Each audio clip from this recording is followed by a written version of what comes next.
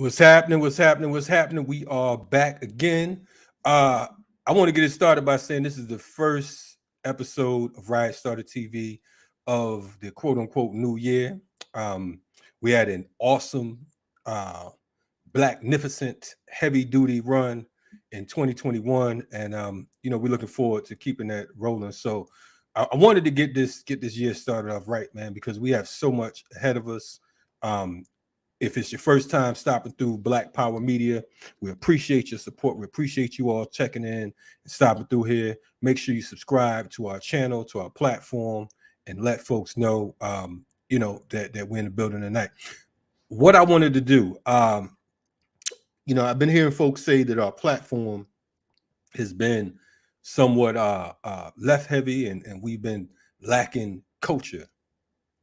I don't know how can we lack culture because of the fact that we've had folks on from all over the diaspora. You know what I mean? Everyone from, as many of you know, from Fanon's daughter to Patrice Lumumba's daughter, and so on and so forth. So many different heavyweights from the BLA to all parts of the Black Liberation Movement, etc. What I wanted to do tonight is, back in the day, I used to go to a spot in New York called First World Alliance. First World Alliance was and is an institution. And if I'm correct, it was started by Brother Bill and Sister Kepra, and also Dr. Clark and Dr. Ben. And there were so many different giants that would come through there. To me, it was like the Madison Square Garden of culture. One of the folks that we would see that would come through teaching, amongst others, was Dr. Leonard Jeffries. And for folks who are from the tri-state area, you can remember back during the 80s, he was really giving the New York establishment hell. You know what I'm saying? He was running up against folks like former Mayor Ed Koch. You know what I'm saying? And he was giving them the business and so many others, but what I want to do is I'm gonna give you a light bio for folks who aren't familiar. Dr. Leonard Jeffries is a political scientist, historian, educator, and Pan-Africanist. He's a founding director and former vice president and president of the Association for the Study of Classical African Civilizations, which is known as ASCAC. Jeffries was known for his African-centered scholarship. He's achieved national prominence in the early 90s for his historical statements about Zionist Jews and European people in general. In the 1991 speech he gave, he allegedly stated that Jews financed the slave trade and used the movie industry to hurt Black people, and that whites are ice people while Africans are sun people. Jeffries was discharged from his position as chairman of the Black Studies Department at City College in New York, and he had a which led to a lengthy legal battle. We're gonna get into that and a whole lot more. I had the opportunity to speak to him for probably about 3 hours a couple of weeks ago, and I learned so much each time. We hear from him, we hear something different. So tonight, we wanted to, without further ado, bring you the honorable, legendary Dr. Leonard Jeffries. Hotep, brother. Hotep. Hey, Black Power. How you doing, brother? How's everything going with you? Well, I'm still raise that Black Power fist. No doubt. If necessary, put that ready for the revolution. Yes, sir. Yes, sir. Posture. Yes, sir. But I'm glad that you're able to take this vehicle putting the information out for our people and being able to tap into some of the historical focuses that we need. Knowledge is power, and knowledge of African peoples and their circumstance and situations is their empowerment.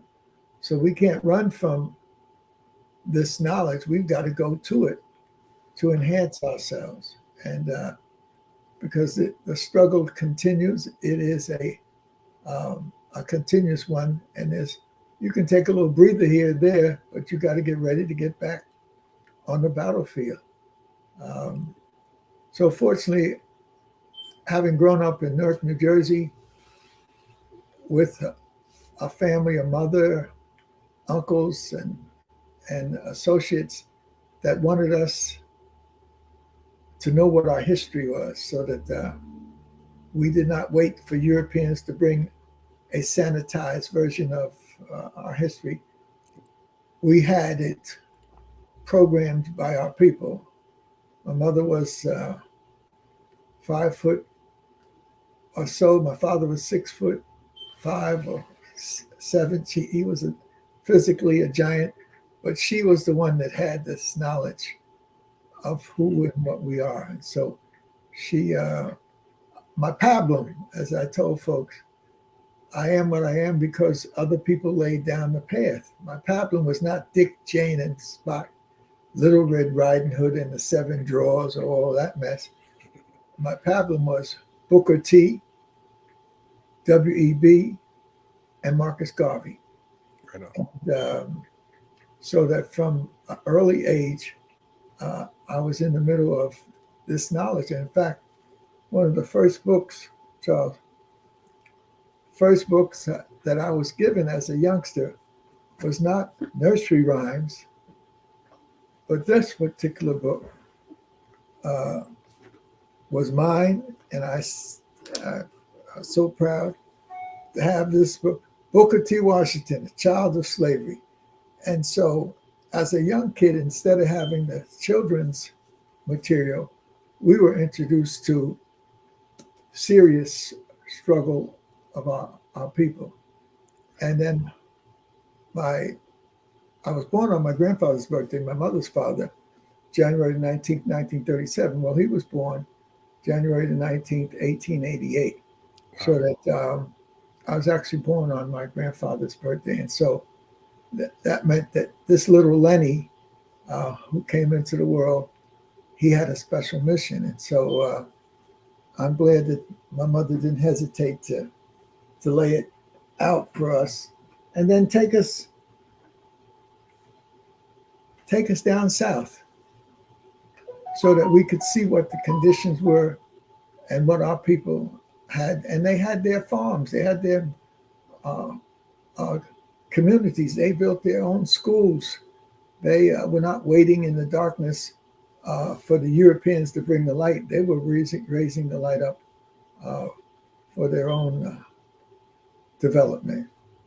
So the foundation is deep, the soil is fertile, and it includes also the Native Americans.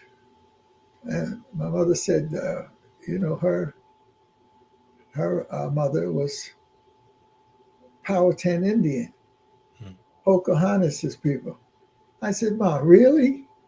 And, and of course, she proved it, that the Powhatan Indian Nation was a part of our family. In fact, her grandfather, he refused to accept completely the Christian formula that we had used to adjust to. So he had businesses and other activity. And when he died, the rumor was he didn't want that complete Christian burial. And so he didn't die right. It meant that he wanted to have some Native American traditions woven into his passing.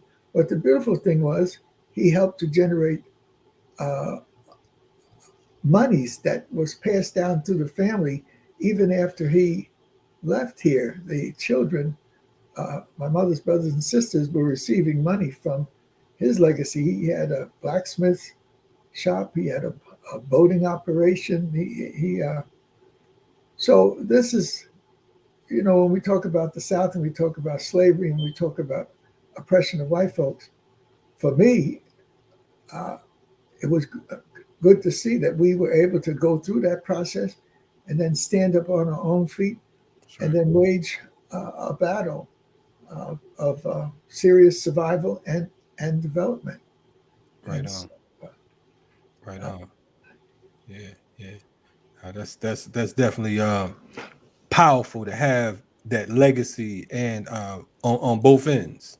So you had no choice but to struggle, not to fight.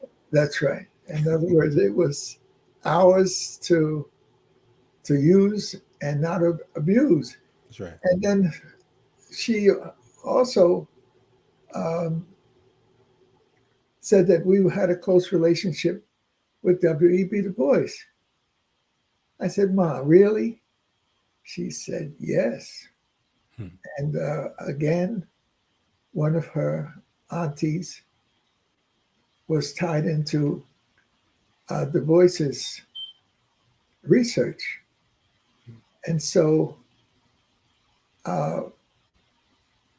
one of her aunties was Du Bois's secretary.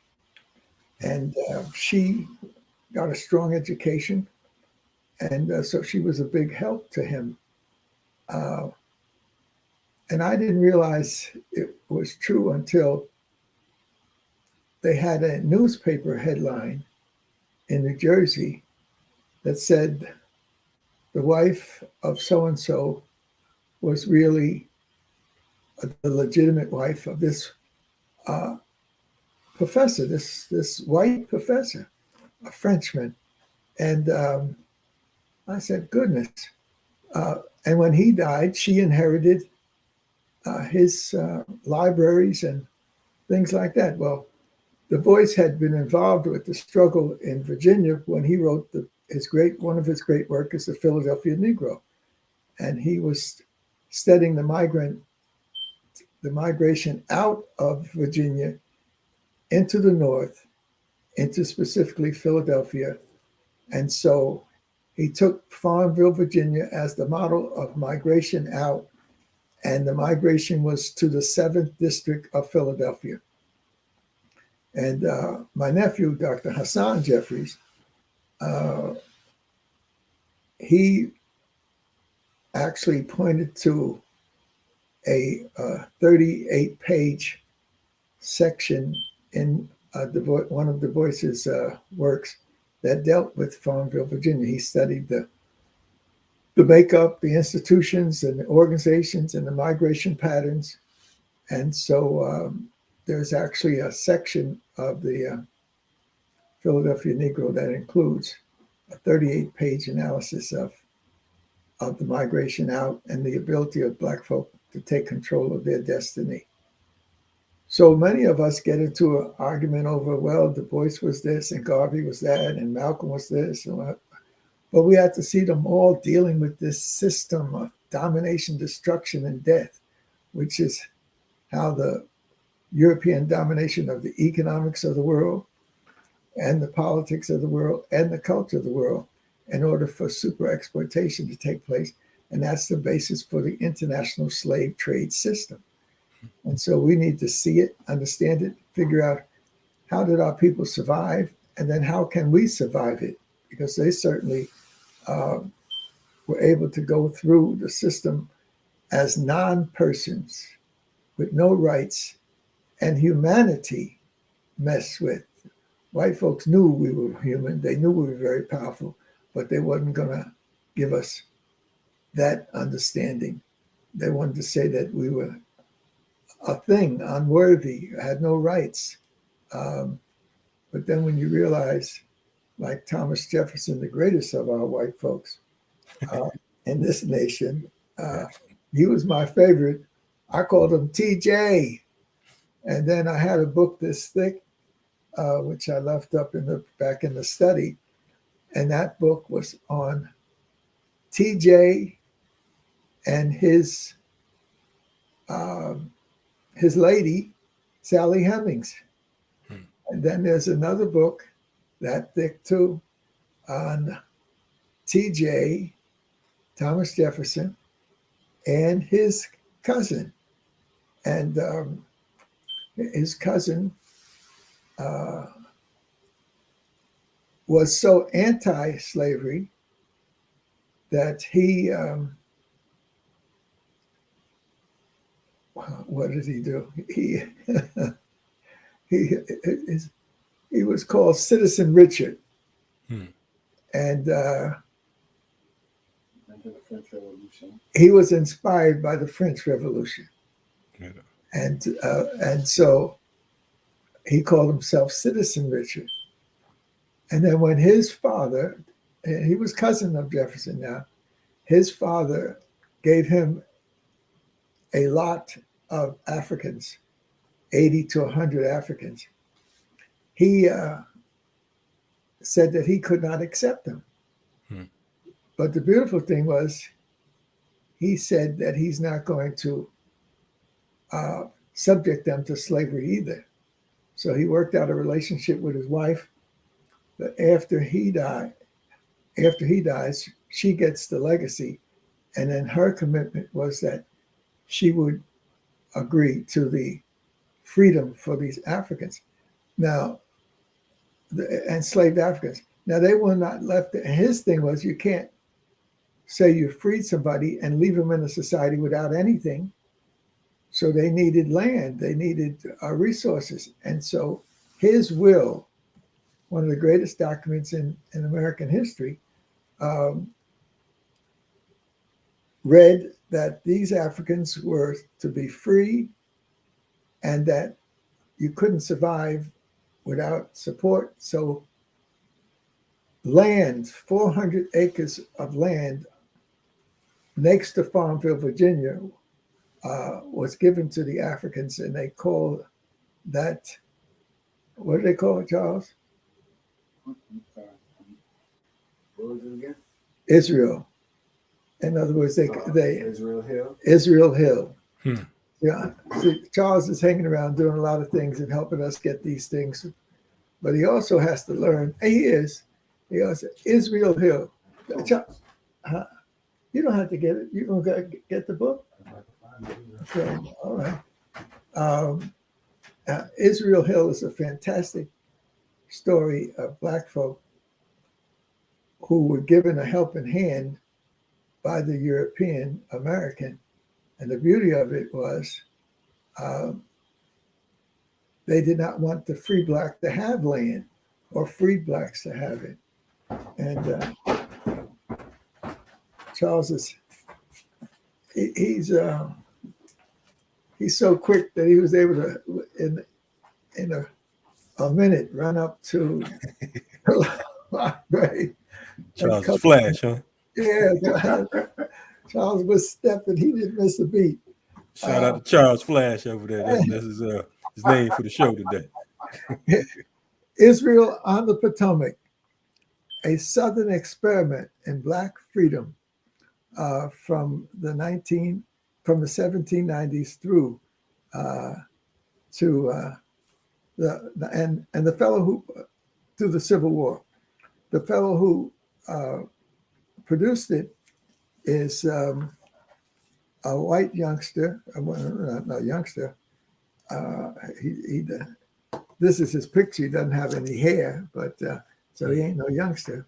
But his name, yes, his name was Eli, Melvin Patrick Eli, and he's written several important works. And he refers to the Southern experiment in Black freedom through the sea. So you can't say Thomas Jefferson didn't have an example to follow. You know, we give him too much credit that he was freedom, justice, and equality. All men are created equal, endowed by their creator with certain inalienable rights. Among these, life, liberty, and the pursuit of life, liberty, and the pursuit of happiness. Right on. So I actually went to the University of Virginia. You know, I'm supposed to have this fantastic global knowledge, studied at the white Ivy League schools, semi-Ivy League schools, studied in Europe. I've been back and forth to Africa, so I have all this knowledge, and it's real. And so that I have a chance to show off every once in a while. And so I was going to the University of Virginia to speak, and I was beating up on white slavers, including Jefferson. And the students, hundreds of them, they was all nervous, and I mean they wasn't accepting my beating on them. And then all of them wanted to let me know that talking about Thomas Jefferson and his contradictions was nothing significant for them. In fact, they gloried in the knowledge that he had the contradiction because the student newspaper at the University of Virginia was called the Sally Hemings. Wow. In other words, they had actually taken this Jefferson, the great hero, and stripped him of his drawers. And there he was standing for the whole world to see. He ain't got it all there that he's supposed to have.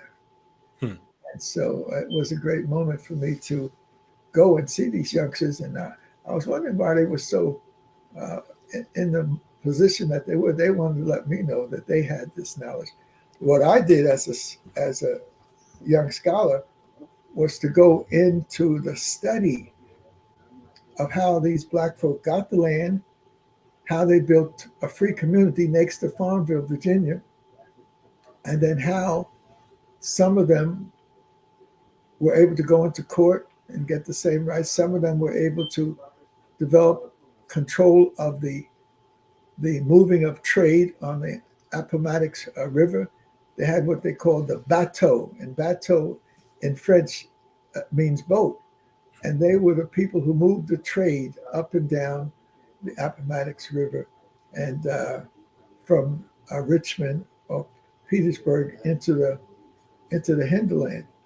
So it's good to have this knowledge and make it work for you, but also have a plan. And my plan is to show that African peoples fought and for their dignity and fought to maintain it. And they understood the contradictions that Jefferson had. In fact, everybody is so proud of Jefferson in the American context that he built a master plantation called Monticello or Monticello, however you want to pronounce it. But most people don't know that Jefferson had 4 plantations. This man was plantation nuts. In other words, his life was not the grandeur of being American founding father. His daily life was being a person who had 4 plantations. So, and then had the luxury of having access to the Black women.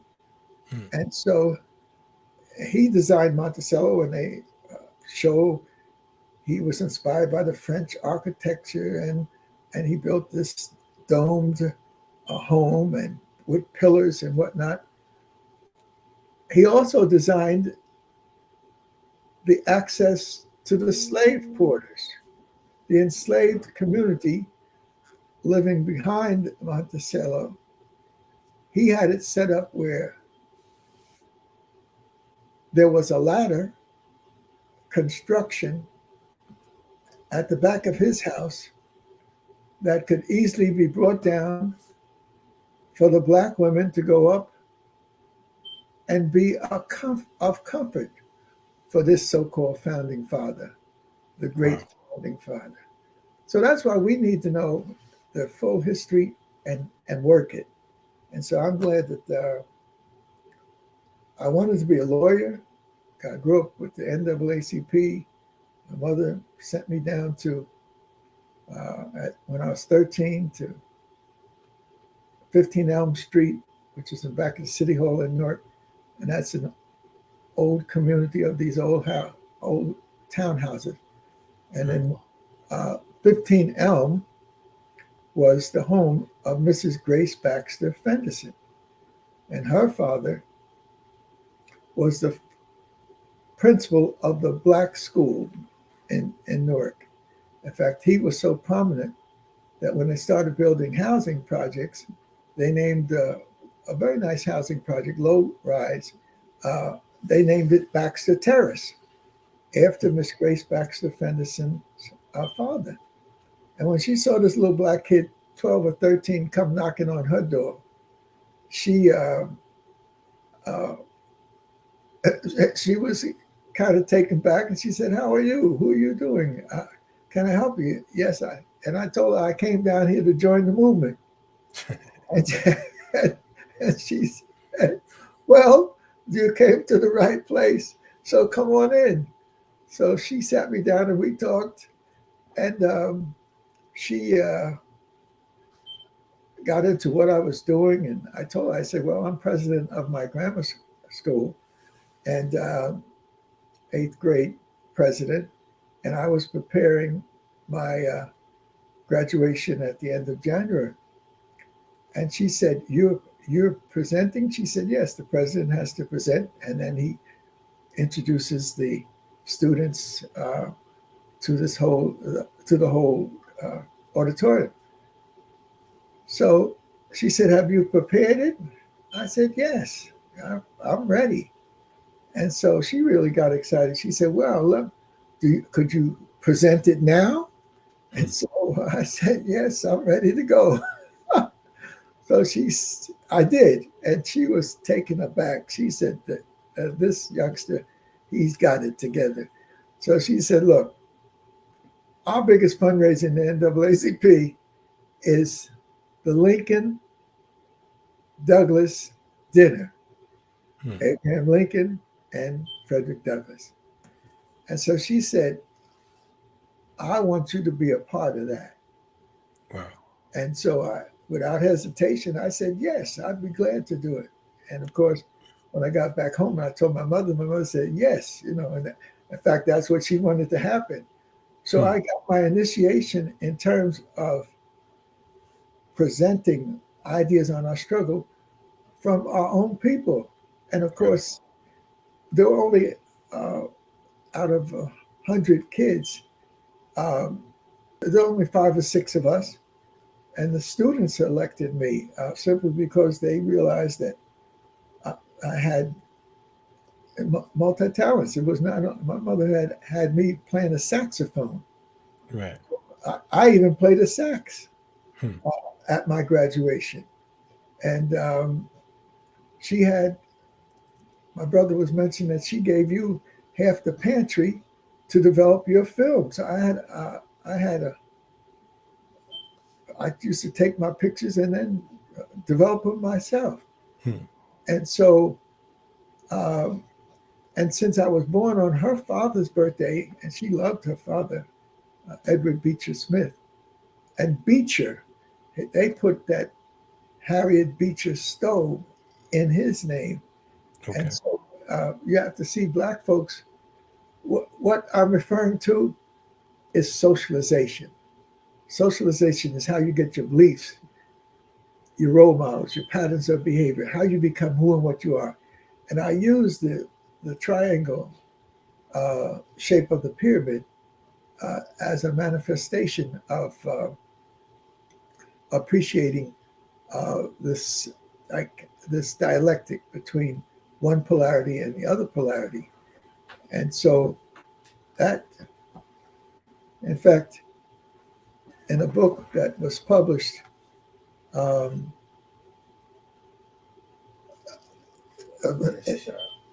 was published by somebody who I didn't know, somebody who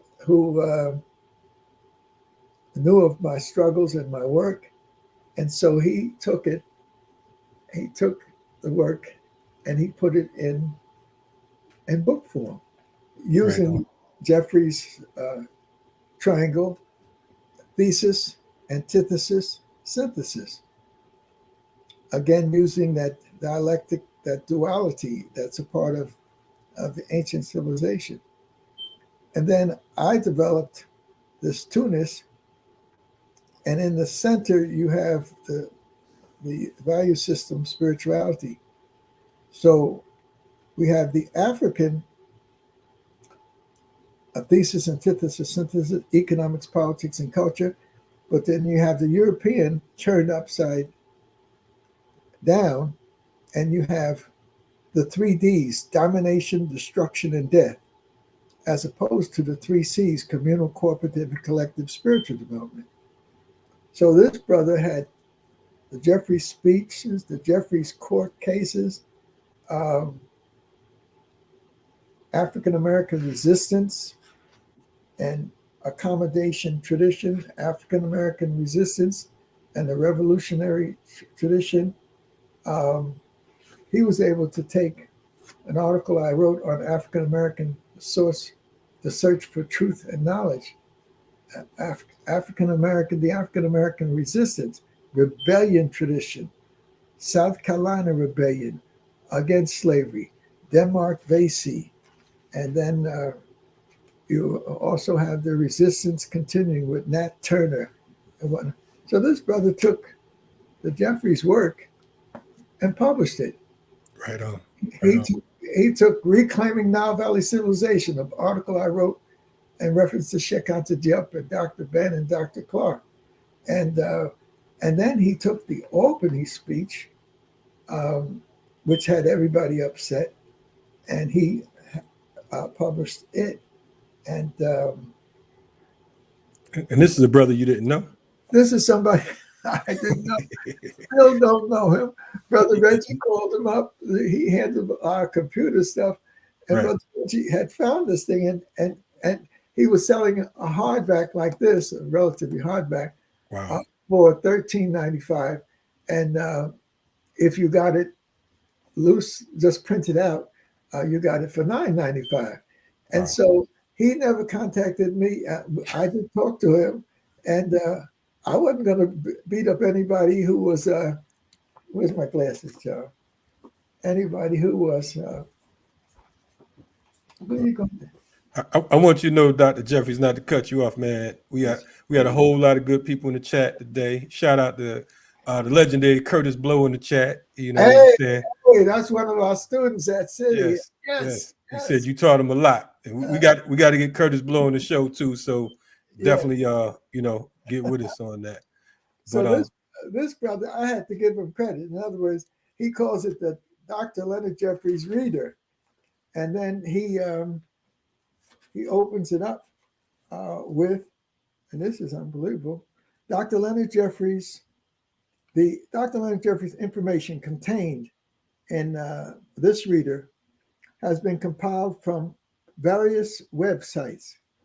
As a student of history and politics, which I believe all Black people should be, amongst other things, I find Dr. Jeffries to be one of those scholars, scientists, lecturers, and historians that we all should be aware of. Through the information obtained within which is freely available on the web, I decided to compile the most interesting and useful pieces because the internet has its limitations too, and who needs to be in and attached to it, attached to it all the time. With that in mind, please read. As you read, learn, grow, challenge, and pave the way for others. Now, you know, that's, hey, I'll take it. unite with that, right? Other books by Jesse Sharp, adult poetry, Menfolk Talking, Hurry Home, The War Chronicles. So all at thought with my brothers. Education we've had for the children. I mean, so this guy, I didn't know about him, but what he's doing, it really made sense. And so it was, this copyright is 2005, but he published this earlier than that. And even have a poem dedicated to me. So when you have young people like this, he has in the back Now this is the back of this. He's got using my pyramid analysis on the front, and Right. on the back he has the court case. Wow. And so I'm so glad people said, shouldn't you sue him? So I said, sue him for what? For bringing the knowledge out? No, he has the Third Circuit U.S. Court of Appeals, and then he has August 1993 is when we had the case. It was argued in January the 21st, 1994, and that's my birthday, January 19th. Speaking of that, Dr. Jeffries, your birthday is in what, like another 2 weeks? You mind us talking about your age because of the fact that I think that I don't think folks understand, the level of information, the decades of work that you put in, close to a century, for lack of better words. I mean, yes. Most people need to. I've been blessed to be with these. They have the elders lay down a path for us and put their hands on us. That's right. So Dr. John Henry Clark was my number one inspiration. Right. And then, of course, he had a partner, Dr. Joseph Ben Yakinen. So I'm a product, direct manifestation of the genius of those two brothers, instilling it in us. Now, by us, I mean, you're talking about tiger cubs all over the world that they touched, and most of us don't know that. Well, Dr. Ben said this, and Dr. Ben said, no, Dr. Ben did this, and Dr. Ben did that. Well, Dr. Clark did that, and then he didn't have no degrees. He taught the people who had degrees the knowledge that they needed. And so when you had two brothers like that, that's right, who had hands on us and knew our potential and opened the doors for us. So I'm not just talking about open the doors for myself and my partners like Professor James Small, but I'm talking about opening the doors for brothers like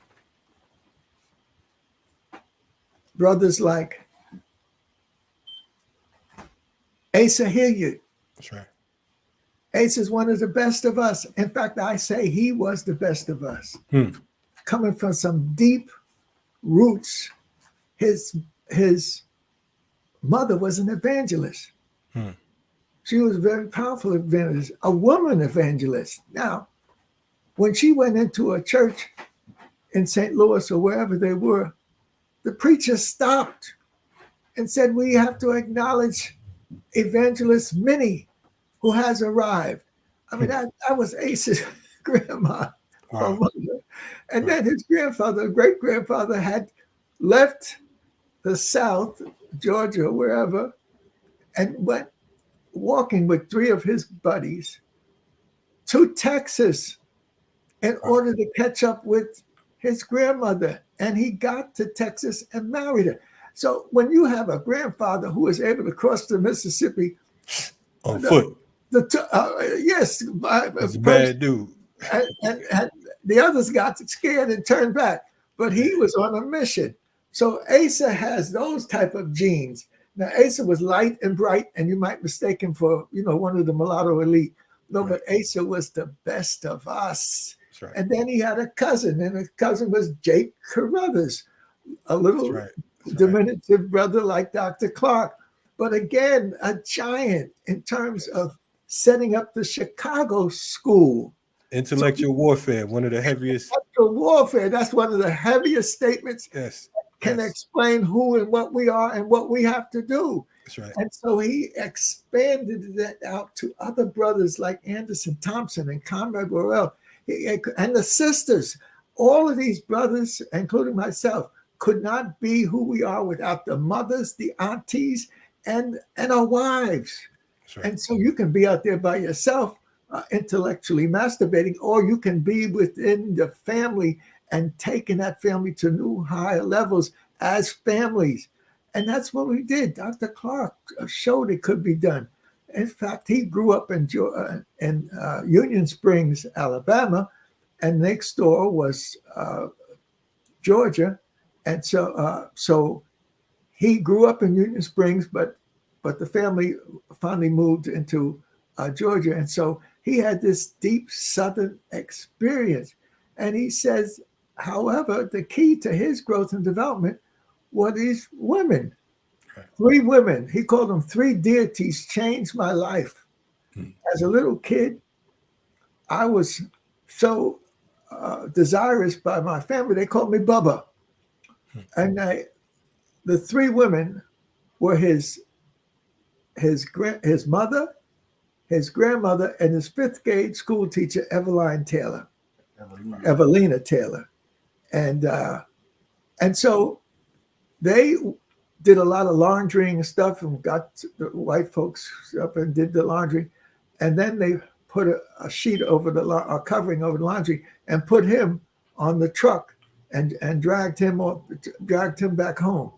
But they recognized his genius and they nurtured it. And so that's why I'm saying we may be looking for some big figure in our lives, and the big figure will be a grandmother, auntie. My father's one of his oldest sisters, he's the youngest of 13, coming up out of Georgia.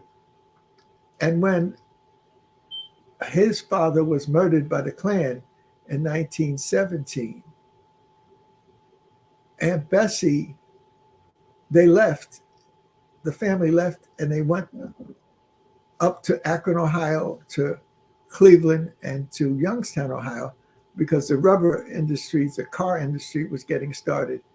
And so the mother, when she was getting older, she told her daughter, to one of her older daughters, to come from Newark to Akron and take Isabel. And then after that, come and get Leonard, the baby. That was my father, 6'5" baby. But that's how he grew. He wanted to be part of the Negro Leagues. That's why my brother and I thought we was going into the Negro Leagues too. We went to see Jackie Robinson and Don Newcomb, the great pitcher. He had a package store and a bar restaurant at the end of our block.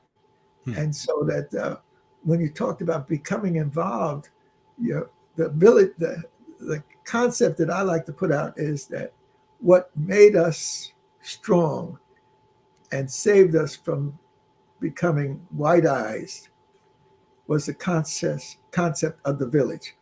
14th Street. I lived on 14th Street with my family. Across were other Black families. Robert Spellman, who became Dr. Robert Spellman. I went on Crossroads Africa in 1961 to Ivory Coast. Spellman, following me, he went in 1965. Across next to him was Dr. Sam Foster.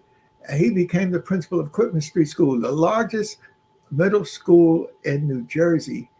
Dr. Samuel Foster headed that. One of our young people, Presley Woods, who lost his mother and father, the families didn't send them to no orphanage. They raised them. And Presley became the 8th grade president of Sussex Avenue School.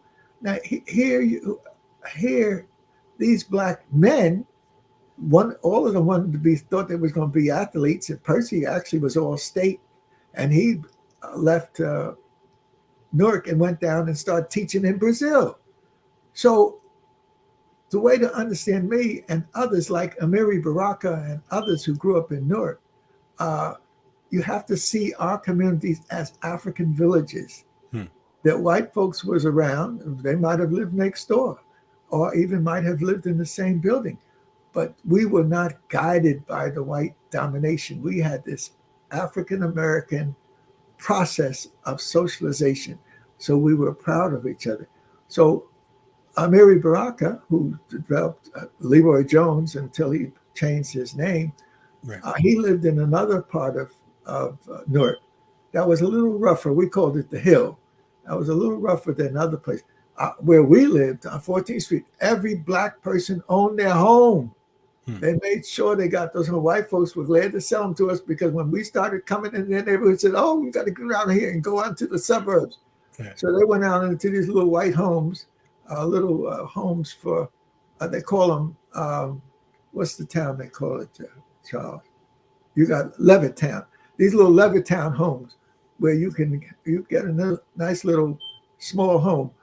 But these homes that the white folks left were multi-purpose homes. They not only handled your family, but there was enough room for a finished basement. There was enough room for a 3-bedroom, a 3-room apartment upstairs. So 3 aspects of your family could live together. All of them had decent backyards where you could put up storage and whatnot. And so this whole thing of the village, and our sister, unfortunately, she wanted to be a sister. She liked black folk, and I'm talking about President. No, the one who liked the little girls. You know, he lost his job because you talking about the governor? Yeah, you talking about No, y'all, you got to take me back. Clinton. Okay. Didn't Clinton get involved with that red dress or something with some semen on? I mean, we don't. Yeah. Okay. Well, Clinton got stuck in my throat was his wife. Right. The wife has been Hillary, given credit for this concept that it takes a village to raise a child. Right. That doesn't go deep enough. The real deal is, and I've been involved in more African villages than very few people, it takes a whole village to raise a child. So 14th Street, 13th Street, where my mother's family lived, 12th Street, where my father's family lived, those 3 and 4 blocks, 15th Street goes into East Orange, and then part of our family lived into East Orange. Those communities were villages. You couldn't go nowhere without the people knowing you. You couldn't go nowhere without them. You couldn't be doing nothing, smoking weed or something. You'd have to be cool, because if so-and-so saw you, mama saw you, she gonna grab you and give you a swack on your behind or knock you in the head. And then she gonna take you to your mama. And then your mama gonna do whatever damage she could do and say, wait here until your daddy come. Don't move. Right. And then my father was 6'5". I never wanted that big hand to come next to my behind or any part of me. So luckily I had a little brother 2 years younger, so I always could blame him. I was just running after Marlon. I really didn't, it wasn't me. But we had the African training in Newark, New Jersey and other cities. And that's what has to be understood, that we, as individuals, we couldn't stand out by ourselves. We had to stand with others. And in fact, my brother, he got into the Central State. I went to the white school, Lafayette College in Eastern Pennsylvania, integrated. And I went there. I got accepted in all the schools. I got accepted in Rutgers, like Paul Robeson and other schools. But I went to Lafayette College because Sonny Green, one of my buddies from Newark, New Jersey, and we used to do doo-wop and all that stuff on the steps and play stickball and then have our own little basketball and baseball thing. And so Sonny Green, of the 2 black students at Lafayette College, one of them was a brother I grew up with in Newark, New Jersey. So I didn't pick prestige. I got into Colgate. That's where Reverend Adam Clayton Powell went to school. I got into Rutgers. That's where Paul Robeson went to school. I went to where I had one of my partners from the stoop. And so Sonny was there. He was getting ready to study engineering. When I went there, I wanted to be a Thurgood Marshal. So my thing was to go into law. So I'm saying that this control of the socialization, which allows you to have a socialization and then an acculturation, and that leads to your fuller development. So that the person who understood that were these 2 brothers, and here is one of his works. This is a biography of Dr. Clark. Right on. But the important work of Dr. Clark is what he produced.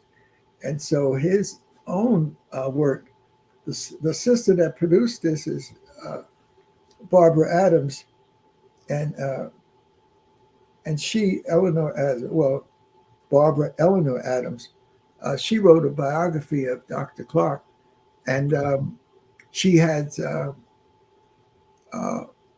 and had it published. She was one of his students, and she herself got her doctorate. And then she didn't stop there. She went and got a doctorate. Um, she took my story and did a biography of myself. But eventually she went home to visit her roots of her family in Guyana, and then she got sick. But Dr. Barbara Adams has to be acknowledged in terms of that continuity that we're talking about. And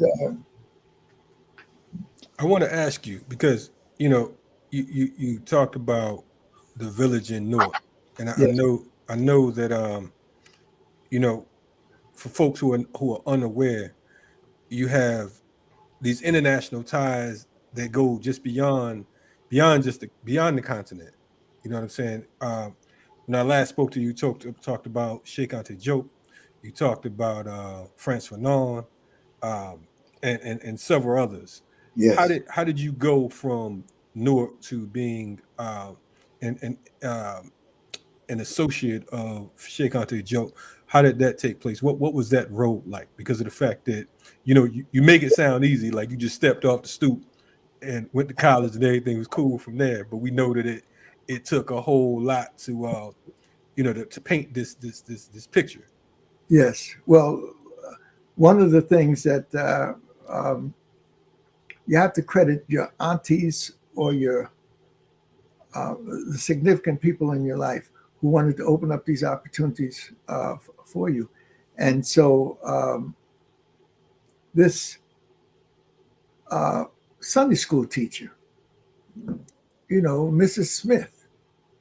Now we walked down the street, end of that block. We knocked on all the doors. Oh, the twins, Ronnie and Junior, Sammy and Percy and whatnot. And the 15 of us little black youngsters walked down to the Sunday school. Now the mothers took the sisters down, the daughters down, but these brothers, we're tough enough to go down on our own. And then when we got to the Sunday school, there was Mrs. Smith. And Mrs. Smith was there not only to deal with our Sunday school lessons, she was there to deal with us as black youngsters. And she put her hands heavy on us. And we appreciated her so that was Sunday morning. We didn't stay for the late service, and I was glad that I didn't stay, that my mother would let us go home, because I couldn't handle people jumping up, screaming and yelling and talking about Jesus. I didn't know what all that was. And I was hoping that my mother would not jump up and embarrass me. But Aunt Bessie jumped up because she was the head of the choir. And so we had all of this that we had to negotiate, and it worked. Mrs. Smith had us Sunday school boys come to her house on Monday and for milk and oatmeal cookies. But that wasn't the game. It was to lay out this consciousness that you are somebody, etc. So after many years, hundreds of us met in East Orange, the neighboring town, to honor Mrs. Smith. In other words, that's the type of transferring of values that we had growing up. And my brother had a chance to go to Central State, and so did Spellman, Robert Spellman, and so he was in the service, and eventually he left the service and he went to Central State. Now, when Spellman's sister was going to Central State, he called my brother and said, "Wait a minute, Jeff." In fact, my brother's had a special name. I'm not even going to talking about it. He was such a lovely little youngster. They gave him a special little name. You know how people call Puntnings and all kinds. They used to call us all little name. So, but my brother, to come against that, he became a martial arts specialist. But when he went to Central State, and some of our family from Ohio, he was able to use their address to get state tuition. When Spellman's sister was ready to go, and she chose Central State, Spellman called my brother and said, "You got a responsibility." My brother said, "What are you talking about?" "My sister is going to Central State. You got to look after her. Don't be letting nobody mess with my sister." And so this is the type of support we had. My favorite cousin, Dolores, DC was my favorite cousin, but next door to me was Sonny Catino. And him and my mother Kizzy, were best friends. They did a lot of traveling. And then Sonny and I she was pregnant. Our people were pregnant at the same time. The question was, who was going to come out first? And I was enjoying my little maneuvering in the womb, and I wasn't anxious to come out. And but after a while, the people got tired of me, and they pulled me out with these forceps. And so I came out January 19th. Sonny came out January 26th. And we were raised as virtual brothers. Even I had a biological brother, but I had a birth brother. And Sonny's older sister, Dolores, she went to Central State. And she was a beautiful sister. She was the homecoming queen. So I'm saying that we had a way of passing down responsibility and backing it up, and not having people live as individuals in a nice little suburban home or one of the better neighborhoods. We had this African family responsibility. And so that Sammy Forster, again, as a teacher, he became the principal of Quitman Street School. That was the largest school in New Jersey. So how could all of these instances just be happenstance? No, they organized and planned this. My mother and them sent us away to camp. And I never did like the camp because I never liked that little breakfast of toast and some cream stuff on. So I just couldn't handle the camp. I wanted to come back, but it was in Pennsylvania. So I wasn't going to come back. When I was growing up, my mother had me stay with my grandfather because we were born on the same day, and she wanted Papa to appreciate one of his grandchildren. And then my mother's youngest sister, she had a child, and they called this little cute thing Pinky. And of course, then my mother had my brother. So you had three little boys, me, the oldest one, little Lenny, and then my brother, who they gave him the nickname Puddin'. And then you had Pinky, and who was my auntie's firstborn. But I realized when I did an assessment of things that I couldn't compete with no little boy called Pinky. I said, that didn't make, that's unfair competition. And certainly, so what I did was I took my clothes, wrapped them up like Huckleberry Finn, threw them on my back, a shoulder, and walked home from Papa's house back to my house. And the people said they saw this little boy going up and down the street. I followed the trolley tracks. And I stopped to get a drink of water and stuff like this. And I got home, and the people said, "How did you do it?" I said, "I knew the car barn was at the end of our block, so I just followed it." So my mother never tried to put us in that situation. And Pinky became the favorite of Papa. But of course, those little favorite and unfavorite mean that it wasn't a conflict situation. It was who was going to give Papa the greatest security that his legacy was being followed. And so one of the great brothers who Amiri Baraka was close to was Councilman Tucker. And this brother grew up in the Pennington projects, just as Amiri Baraka grew up in the Hill. And that was a little rougher than other areas. But all of us got this sense of purpose and direction. My mother and father were friends of Amiri's mother and father. They had formed an organization called a Student Council. And the Student Council was a Black community group of adults planning how do we educate our young people. So when Amiri's father died, he was a big man in Bethany Baptist Church. He was a deacon, in fact. In fact, when Amiri went into the Black Power movement, he started producing dashikis and whatnot. His father switched over to his business and started designing and making dashikis. So even though he was a deacon, elder in the Presbyterian Church, he was still supporting Amiri in putting together Kawaida, the consciousness, and the spirit house, and all the things that he had moved from being with white folks in the village in New York into this Black consciousness in Newark, New Jersey. So he had helped to form the Black Power movement in Newark when they had the big activity. In fact, they're going to have the 50th anniversary of the meeting in Gary, Indiana. But Newark also had the Black Power Conference, which Amiri and others helped to develop. Now, I was there, and but I had just come back from studying in Europe. I went to study for 2 years in Switzerland. But when I came back and saw that white folks were using their cop position to mess with Black folk, I got up into the city council and I said, whether you all like it or not, this struggle's going to blow up because Black people ain't going to take no back seat. We're going to share Newark and with everybody else and not be blocked here and blocked there. And I said, I didn't go to get a higher education at Columbia and then on to Europe to have some white fellow who doesn't even have a high school degree become the head of the Newark schools. I said, these people you see in the balcony and the people in the city hall, this is not the down and out. These are aspiring Black people. And if they are upset, this shit is going to, I didn't say shit, this stuff is going to blow up in your face. And my prediction was right. Within months, Newark blew up.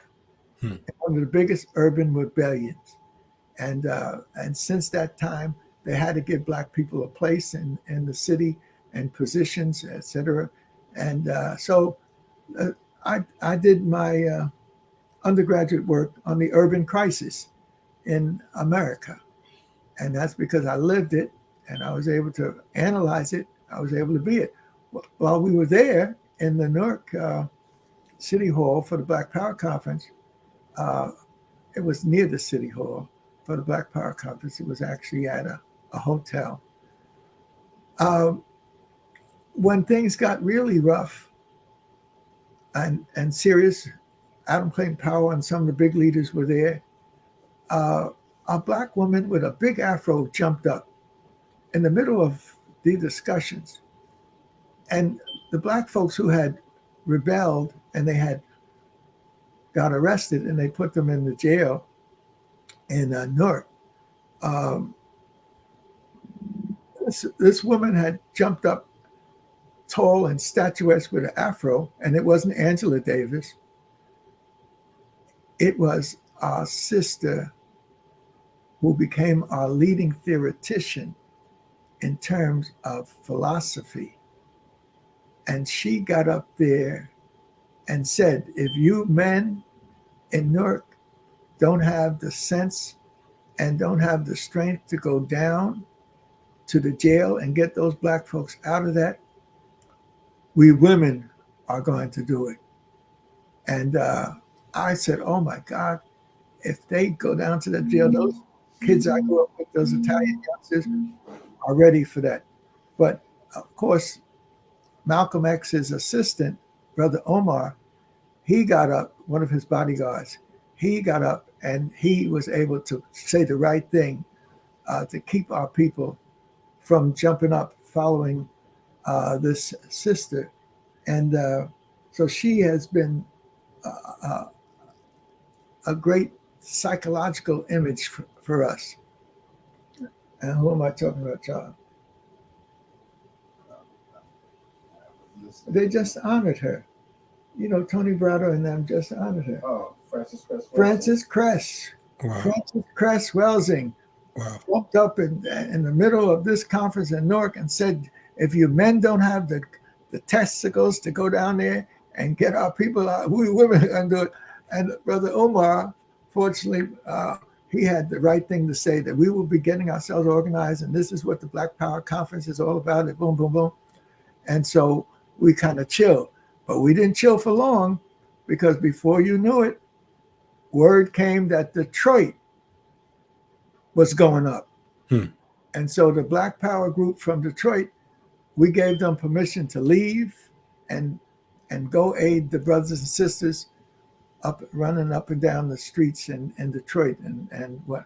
So we need to understand struggle. You know, you all can sit and talk about let's do this and that, but the movement of history was pushing us to be more, to be stronger and struggle. And then that same phenomena was happening in the West Indies. The same phenomena was happening in South America, the Guyanas, and also in Brazil. So Black people were waking up worldwide and trying to take their destiny into their hands.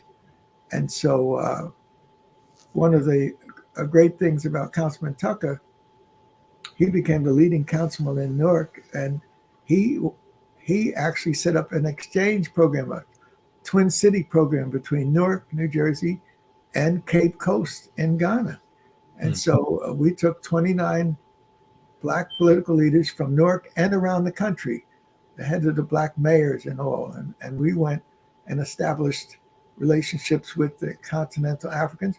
And we had institutionalized chieftaincy, the Mopohini, the second in charge of terms of power of the Ashanti Nation after Atumfo, the king. He installed two of the leaders, female leaders from Newark, and they were brought into the tradition, just like my wife and I were brought in at another part. Francis Cress Welsing's partner, who Segmet, who what was that? Pat Newton. Her African name was Segmet, but her local American name was Pat Newton. And so this relationship with the various segments of our growing conscious population was linking up. Now, I know your crowd is interested in the revolutionary aspects of all these things. And so it was real, because some young people were following us. And then one of them kind of looked like me, taller than me, but I think I looked a little more handsome than he did. But, you know, that's just a male ego, you know. But he became one of our partners, and here he is. Right on, right on. Here he is, Kwame Ture, Stokely Carmichael. And my youngest nephew, who's a professor at Ohio State, I took him down south because I wanted them to go down south to go to school. He eventually went to Morehouse. And then when he did his PhD, he did it on Lowndes County. He dedicated it to me for everything that I helped him with, but it's really dedicated to Kwame Ture and Willie Ricks and all those people who set up a movement that moved our people to fight for the vote.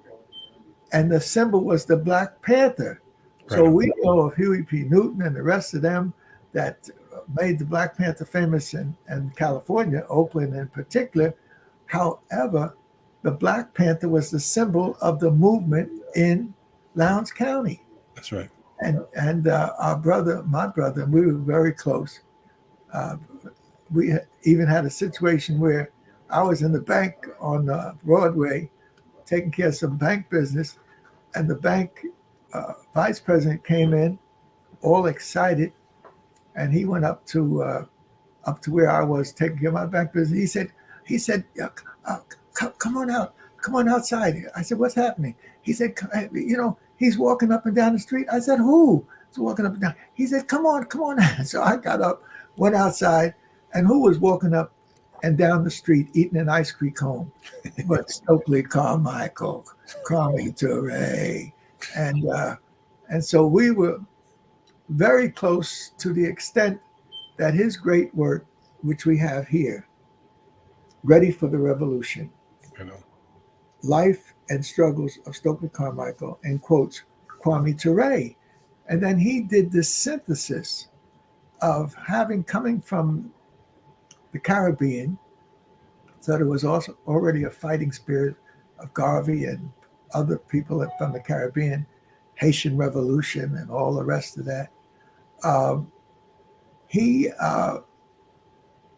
wanted to have, well, he wanted to link up with the revolutionaries in our African world. And so certainly Kwame Ture, that's a combination of Sekou Touré, the head of the Guinea Revolution, and Kwame Nkrumah, who was among those leaders in the Fifth Pan-African Conference in 1945, in which the Africans were declaring that they're going to set up nations and move out of colonialism and put aside the imperialism that comes with this colonialism.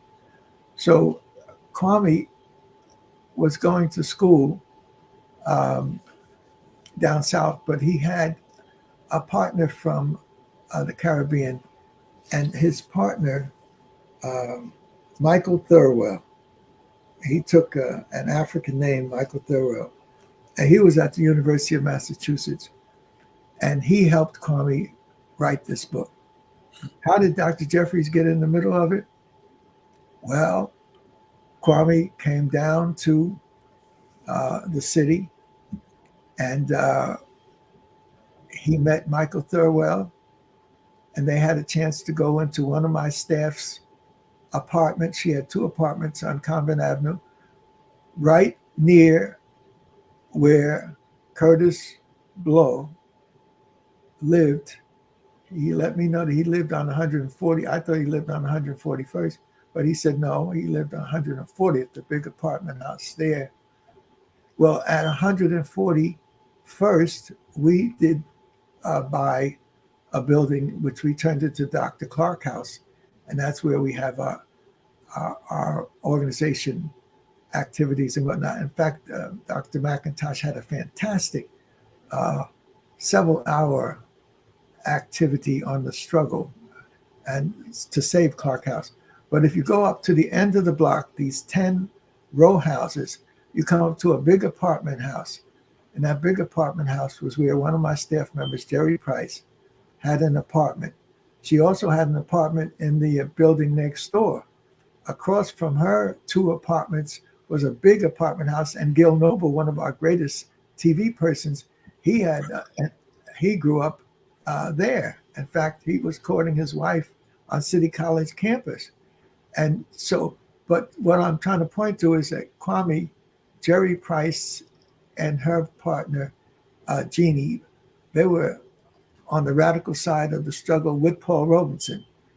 In fact, they were at that famous event where there were so many thousands of people that they were waiting to hear Paul Robeson and others speak. Well, what point I'm trying to make is that when Kwame came into the city, he had his own apartment, and him and Thirlwell could sit there and go over this enormous life story that he was able to put out. Now, when I'm coming from Jersey and scooting down Convent Avenue to get to City College, I see, and to get to the parking lot at the end of the college area, I see police cars, the college police cars and regular police cars. And I'm wondering what the hell is going on. And so I stop and pull over to the side.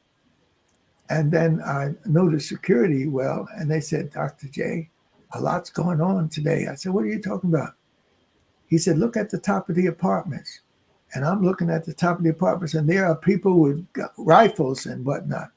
And come to find out that Kwame was there at Jerry Price's apartment, but somebody came to visit him and share thoughts and ideas with him. And it was Minister Louis Farrakhan. Oh, wow. And so the minister was in there, and of course, he has his deep roots in the Caribbean, and part of those roots are in Trinidad. Kwame is from Trinidad. family. And so these are the things that help to give us some sustenance, that there's a movement by our people in the different places. We need to join it, and we need to pass it on. And so Ready for the Revolution has been an enormous cry by Kwame. But see, in 1969, I went with Dr. Clark out to California to take on the white political organization, historical organization called the ASA, the African Society of whatever. And we were in African Studies Association. So Dr. Clark and a couple of other adults led us out there to challenge them. And who was the people that you talk about? Dr. James Turner, brother who set up the Cornell. After the Cornell students came out with weaponry wrapped around them when they had a takeover in Cornell, we had the same type of takeovers at City College. Black people was taking over and making demands. And so this type of thing had happened out in California. And eventually they got me to come out to set up the Black Studies Department. And San Jose State, the same as James Turner, was asked to set it up in Cornell. And then Ron Walters was asked to set it up at Yeshiva, not Yeshiva, the other Jewish school. And in fact, us young Tiger Cubs of Dr. Clark had this responsibility of setting up these programs. And if it took us showing off some weaponry or locking up college doors, that was done. That was the heavy struggle. So you had not only the struggle in the suites and of institutions and organization, you had it in the streets. And Kwame was able to, after his relationship with Bobby Seale and all, he was able to go to meet the Frantz Fanons of the world and the Algerian Revolution folks, et cetera, et cetera. And eventually Kwame decided to go to Guinea and take this dual name, Kwame Ture, there. And the beautiful thing was that when I had our group in San Jose, the first thing I said, we're going to go to Africa. So we took 30 people to Africa, 15 students, 15 community leaders, and 2 little girls, 8 and 11 years old, Lynn and Michelle, Dick Gregory's babies, his oldest children. Wow. Of the 10, he felt secure enough to ask my wife and I. He had just met us a month, and he had asked us, and since we were going, my wife went to Africa first in Nigeria before I even met her. That same program that I went on, she had gone on a year before. Pardon me, Dr. Jeffries. Did you say that Dick Gregory met you all a month before and trusted you all to take his 2 youngest daughters? Yes, his 2 oldest. He had the other, wow. His wife, his beautiful wife Lillian. She had the others were in her gene pool, but she took Lynn and Michelle, 8 and 11 years old. Wow. They gave them to us. That was reading the Dick is spiritual. He said he could see and read the spirit in my wife. And so the beautiful thing for us was that when they asked us to set up the Black Studies Department, after they had to take over too, same thing up in Berkeley. So the studies programs went along with Black demands. And so that when they asked me to come out to San Jose to be considered for setting up their program, I was anxious to go out there, and others went to other venues. I mean, all of us got a key spot somewhere. And with this program, these people out in San Jose were so in advance of what's happening, they had set up scholars coming in on a regular basis every week. And Dick Gregory came like 2 or 3 times a month. And Who else came? Mervyn Donnelly. He was from the Caribbean, but he was a local political leader in California, who was also asked. A brother who was a darling of the San Francisco Bay Area crowd, and the women there helped to make him a great congressman. He eventually became part of the Black delegation in the Congress. But the other person who was very important was Alex Haley. Now, you had Alex Haley coming, the person from the Bay Area. He was one of the leading figures. The women had worked to make sure he was sharp as a tack, and so he eventually became the congressman. And so every week was some Alex Haley needed my knowledge of Africa to help him take care of roots. And so I actually eventually got him a $500,000 grant from the Carnegie Corporation to complete his research on roots. And so these are the things that we need. And then we had a big fight with the Hells Angels. And we had to, when I came to go to the big activity in the stadium with the Hells, with our a music group, the Hells Angels was there looking for revenge because a black person, one of their people, had gotten beaten up.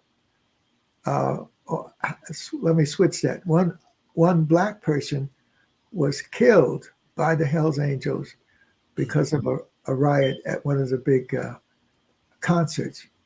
And so I'm going out we're having a concert, our students, and I'm riding out in my car to go to the stadium to check on things. And before I knew it, cars was coming out in the wrong direction, almost crashing with my car and whatnot. I pulled over to the side and come to find out that the black students had beat up the Hells Angels that had beat up a black man in the stadium. And so I said, oh God, we this is going to be a mess. And so I finally worked my way home. The Hells Angels came out on motorcycles and went up into the hills or wherever they do their thing. So then we had to have a police powwow. In other words, they had 25 of us go down with the head of the police and meet the Hells Angels. The head of the police son or nephew was a member of the Hells Angels. So we had to work up a war operation. And that meant that we had to have there was a red line between the atomic bomb between Russia and the US. So it was suggested that so that we don't have a mass explosion between the groups, that we have a hotline. And the hotline was between the sheriff or the head of police and me and my house. And then, of course, everybody knew who I was. I was the head of Black Studies. But all my partners, they had changed to African names. Charles Murray, who was the head of Black Studies at City College and was my main partner, big giant of a man, 500 pounds. And when they asked the names of our people, Charles Murray said, my name is Kalabula Jubi Jubi. I mean, he didn't give his real name. He came up with African names. But that was cool because I was the main person. And so the red line was between me and the police captain. But our people did not wait for me to press no red button for the police to come to protect me. They went around that campus with sabers and under their coats. They came up on my porch, rang my bell, and said, Dr. Jeffries, we got this for you. I said, what is it? And it was a violin case. I said, well, a violin case, I play the sax. They said, well, you'll need this. And they told me, they said, do not open your door. If they come up on your porch, shoot through the door. In other words, they gave me a 357 Magnum. Sure. Nice violin. That's right. It had the sweetest little sounds, and they gave me a lot of security. But they actually took the students from the various venues and put them in a safe house. I mean, that was it. But the big struggle in the San Jose thing was, again, another woman with an afro. We had Frances Cress Welsing, and she's famous for the afro. And of course, you had our sister of the Panthers, and she was famous for her afro. And but you also had our scholar sister, Angela Davis, who had an afro. So you had Kathleen Cleaver, afro, big afro, and our sister. And then you had, she was going to school at Stanford or UCLA, Angela. And she was with the Soledad brothers. They came to my office to see whether we could help them. And so we said yes. Our thing was to help our people, no matter where they were and what the circumstances were. So they met in my office, and we agreed to be supportive. And then the population was rather progressive. It was not as bad as San Francisco or Berkeley, meaning you had some crazy white people up there, but they were ready to fight for Black dignities. Of course, that's the school that produced the Olympic team in 1969. John Carlos and Tommy Smith were part of a historic Olympic team. In fact, Carlos was one of my students. In fact, I went down, I was with Dr. Clark to fight the white scholars at the African Studies Association. But one of our people who was from New York, and we had gone out there to join Dr. Clark and be his Tiger Cubs. And I presented my dissertation to wake these white folks up, because I said, they ain't gonna sleep on me like they're sleeping on others. And so, but this brother, Harold Weaver, came to me and said, Dr. J, there's a big problem in Mexico. I said, how? What does that have to do with us? We're here to fight these white folks to get a stake in the African Studies program. He said, you don't understand. I said, what the hell you mean I don't understand? He said, there's something big going on. I said, well, ain't no thing bigger than us. We can't handle 10 battles. What are you talking about?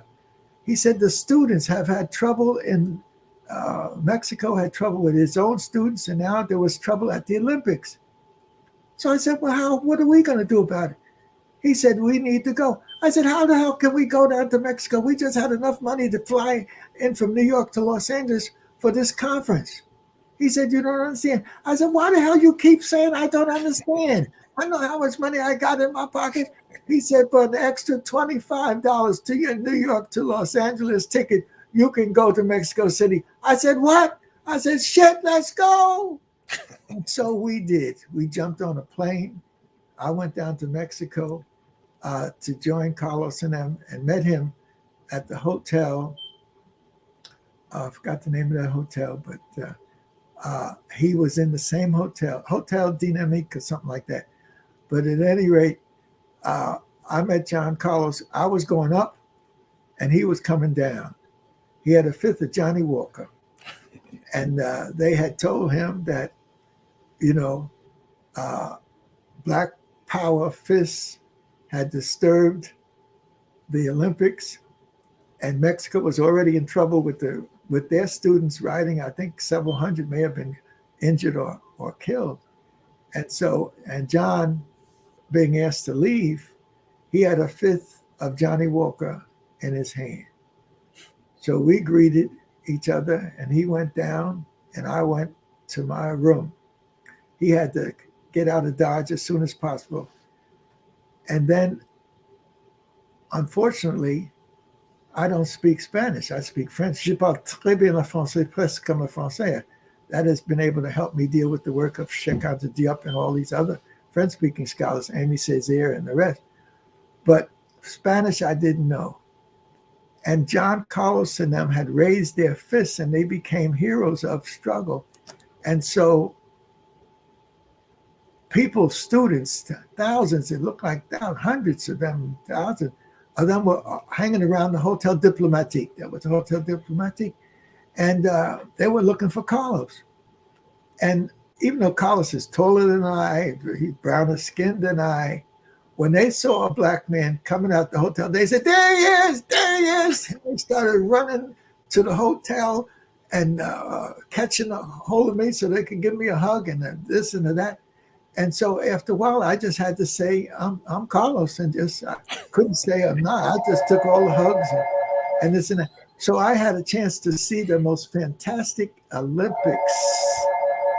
The Jamaican team, the running team that has been famous for their runs now, but they got started at that point. And every time the Jamaican team won, the black fist went up, joining Carlos.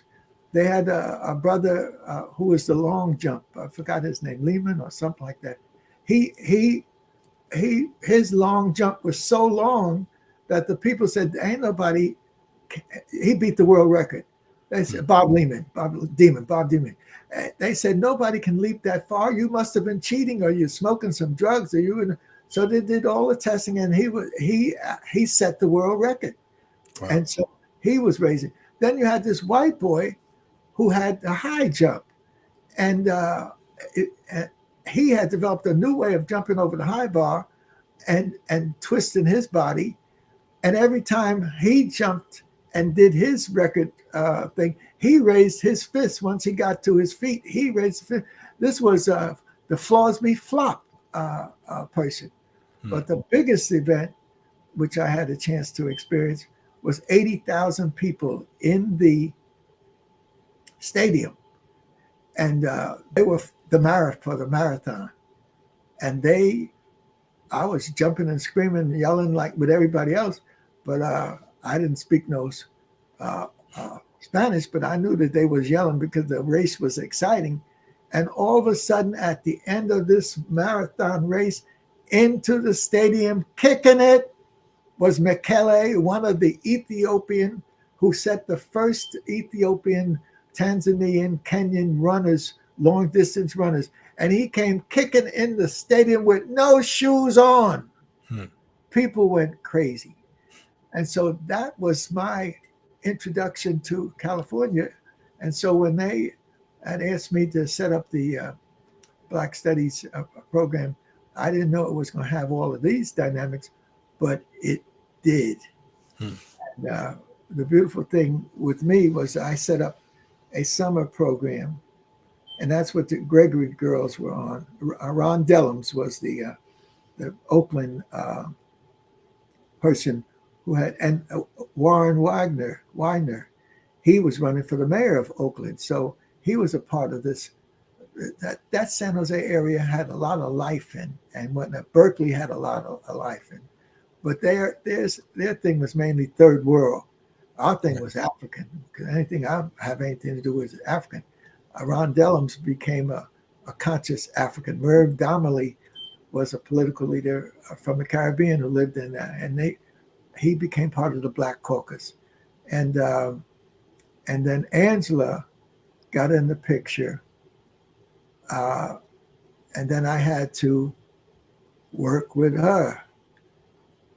Dr. Jeffries, you mean to tell me you were hooked up with Angela Davis?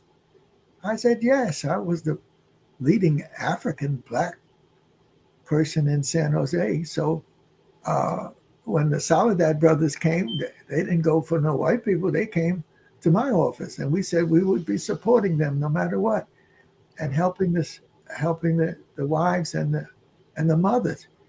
And then with Angela, she had made her move, and they had arrested her. And so Dick Gregory, giving his little lectures at the Black Studies Department, always added something special. And so he said that if you want to know whether your phone is tapped, just don't pay the bill. Now, I thought that was a joke, but no, it wasn't no joke. And I'm going to follow Dick's joke. And so I didn't pay my bill. And they didn't cut it off. And but then one day I was backing out my driveway, getting ready to drive to the college. I had this old Chevrolet, and my wife called it the tut machine. But it was only 4 or 5 blocks to the college. So I backed out, and I'm looking up at the pole, and there's somebody on my pole. Wow. Doing something up there. So I said, before I run to the office, let me go to the telephone company and see what the hell is happening. And because Dick had already told me, don't pay the bill in there, and they ain't going to, they're not going to cut it off because they got you tapped. So I went in, and the head man was a black man, a young elderly man. And he said, well, can I help you? I said, yes, I want to know what's happening at my house. I see somebody on a pole over my house, and what's going on? He said, well, who are you? I said, well, I'm Professor Jeffries, head of the Black Studies Department at San Jose. He said, well, you don't have a problem. I said, yes, I do. What is that man doing on my pole? He said, relax and sit back and let's talk. He said, you're the head of Black Studies. I said, yes. He said, don't you think that your phone should be tapped? I said, well, I didn't know what to say.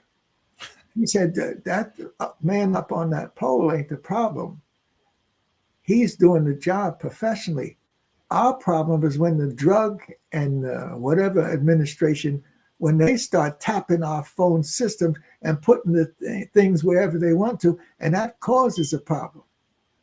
He said, we don't have to worry about your phones are tapped. They need to be tapped. You ought to be glad they're tapped. And I said, well, damn, I came in here to raise some hell, and that man has stripped me down to my underwear and beat my ass.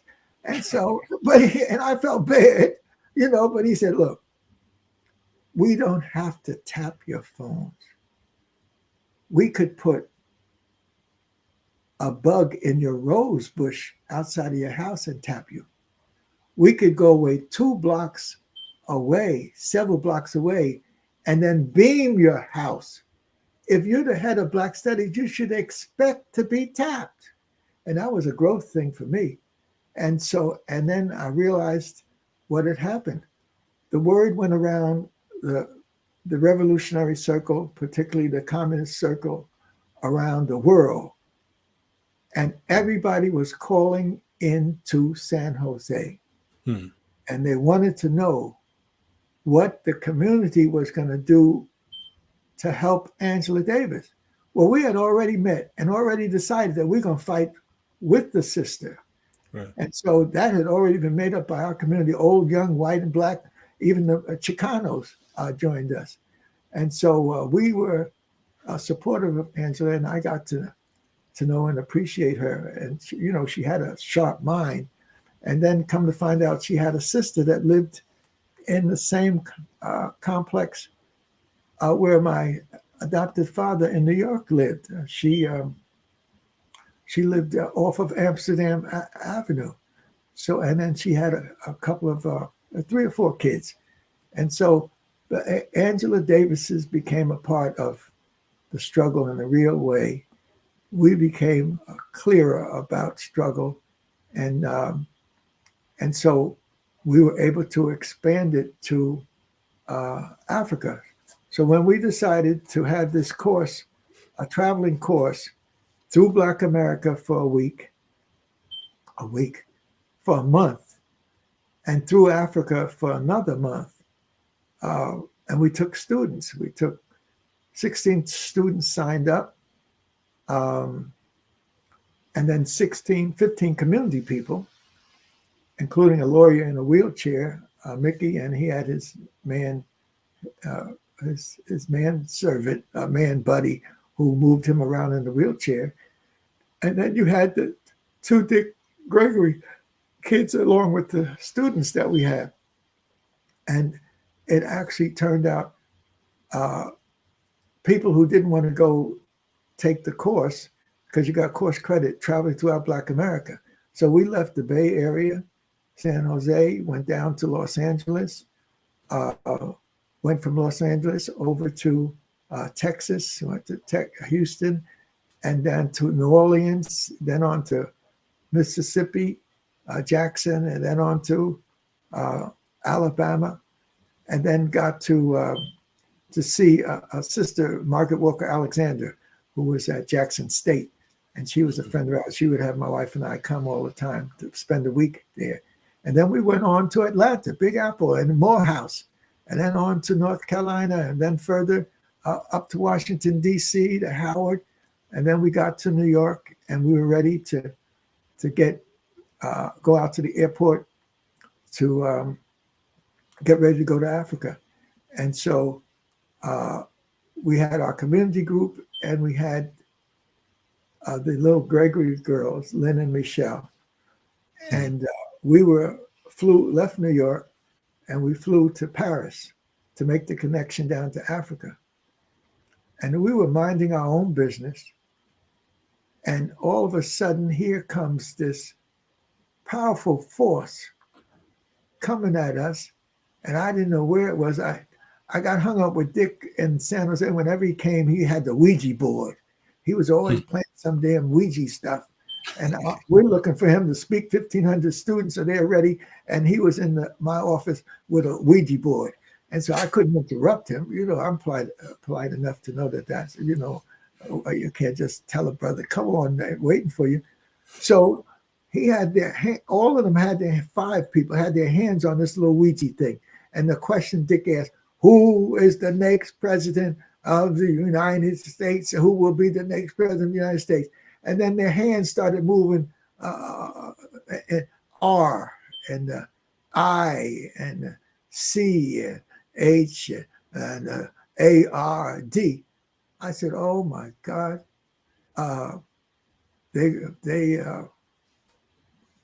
it's going to be Nixon.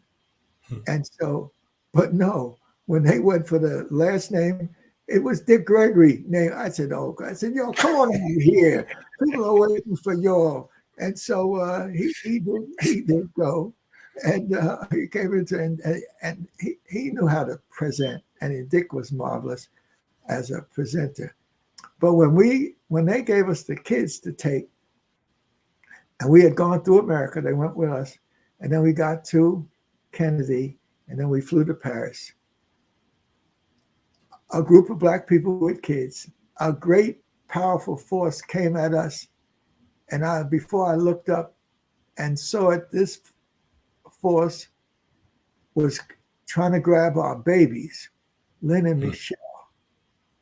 And she said, who are these lovely children?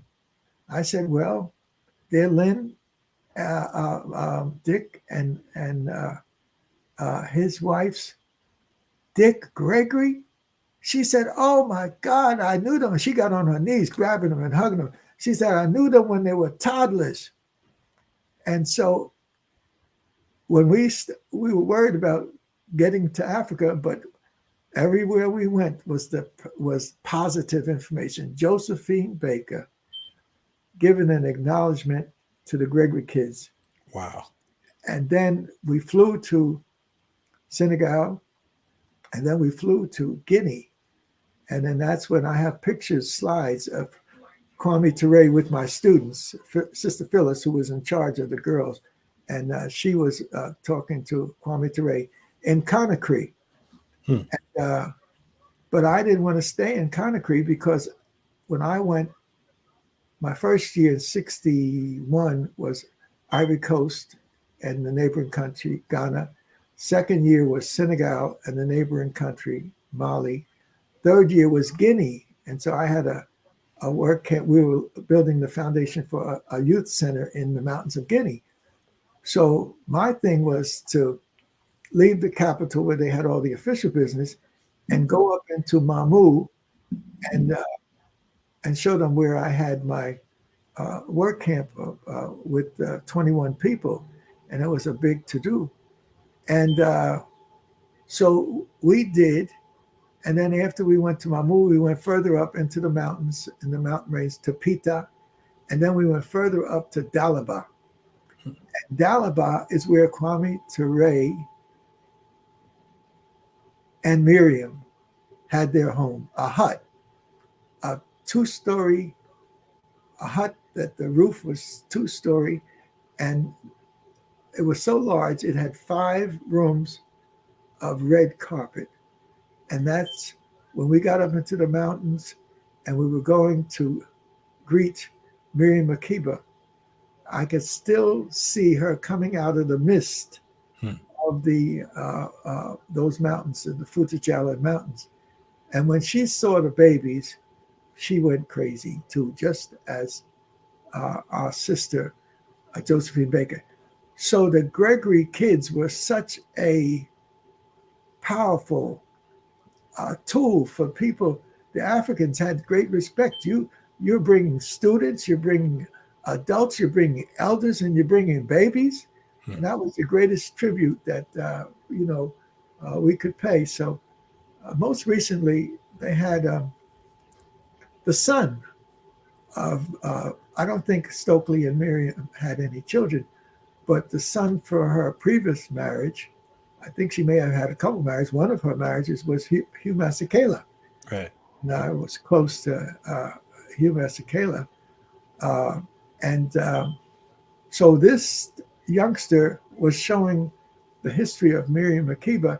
And then he actually went up to the mountains and he talked about the red carpeting. I said, oh my God. In other words, I was mentioning that and then he was mentioning it.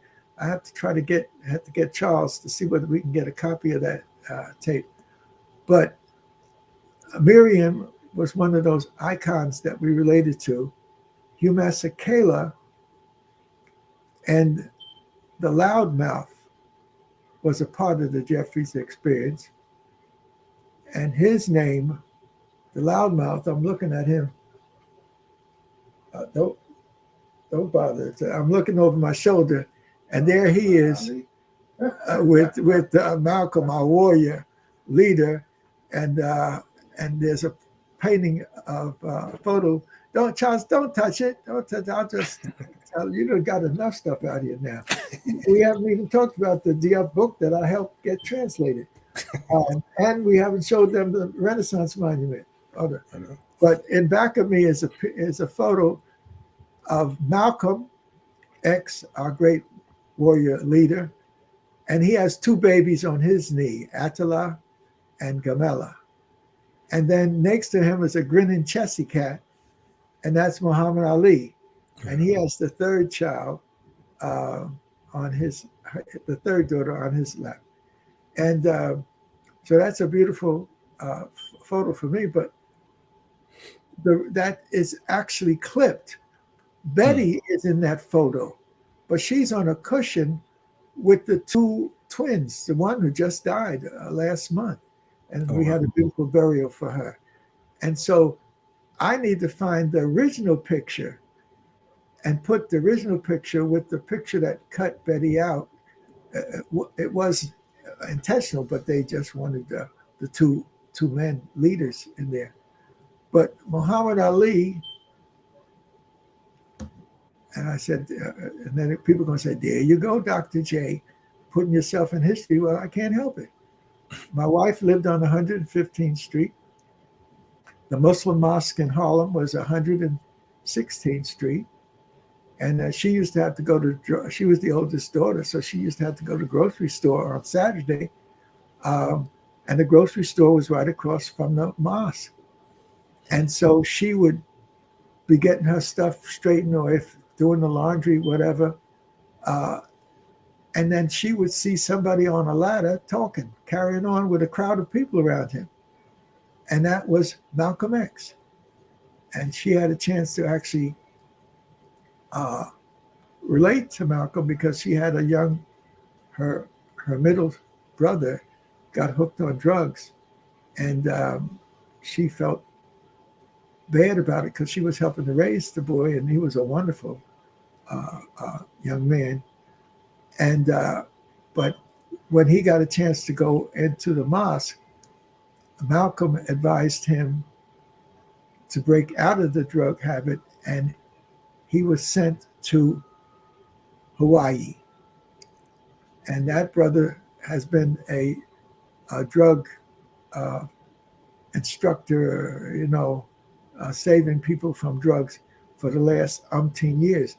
And he just called here recently. I couldn't believe it. I saw the name coming in from Hawaii, and it was my wife's middle brother, who is doing fine. And so when we put these things together, people will say, well, Dr. J, you know, are you exaggerating? I said, I don't have to exaggerate.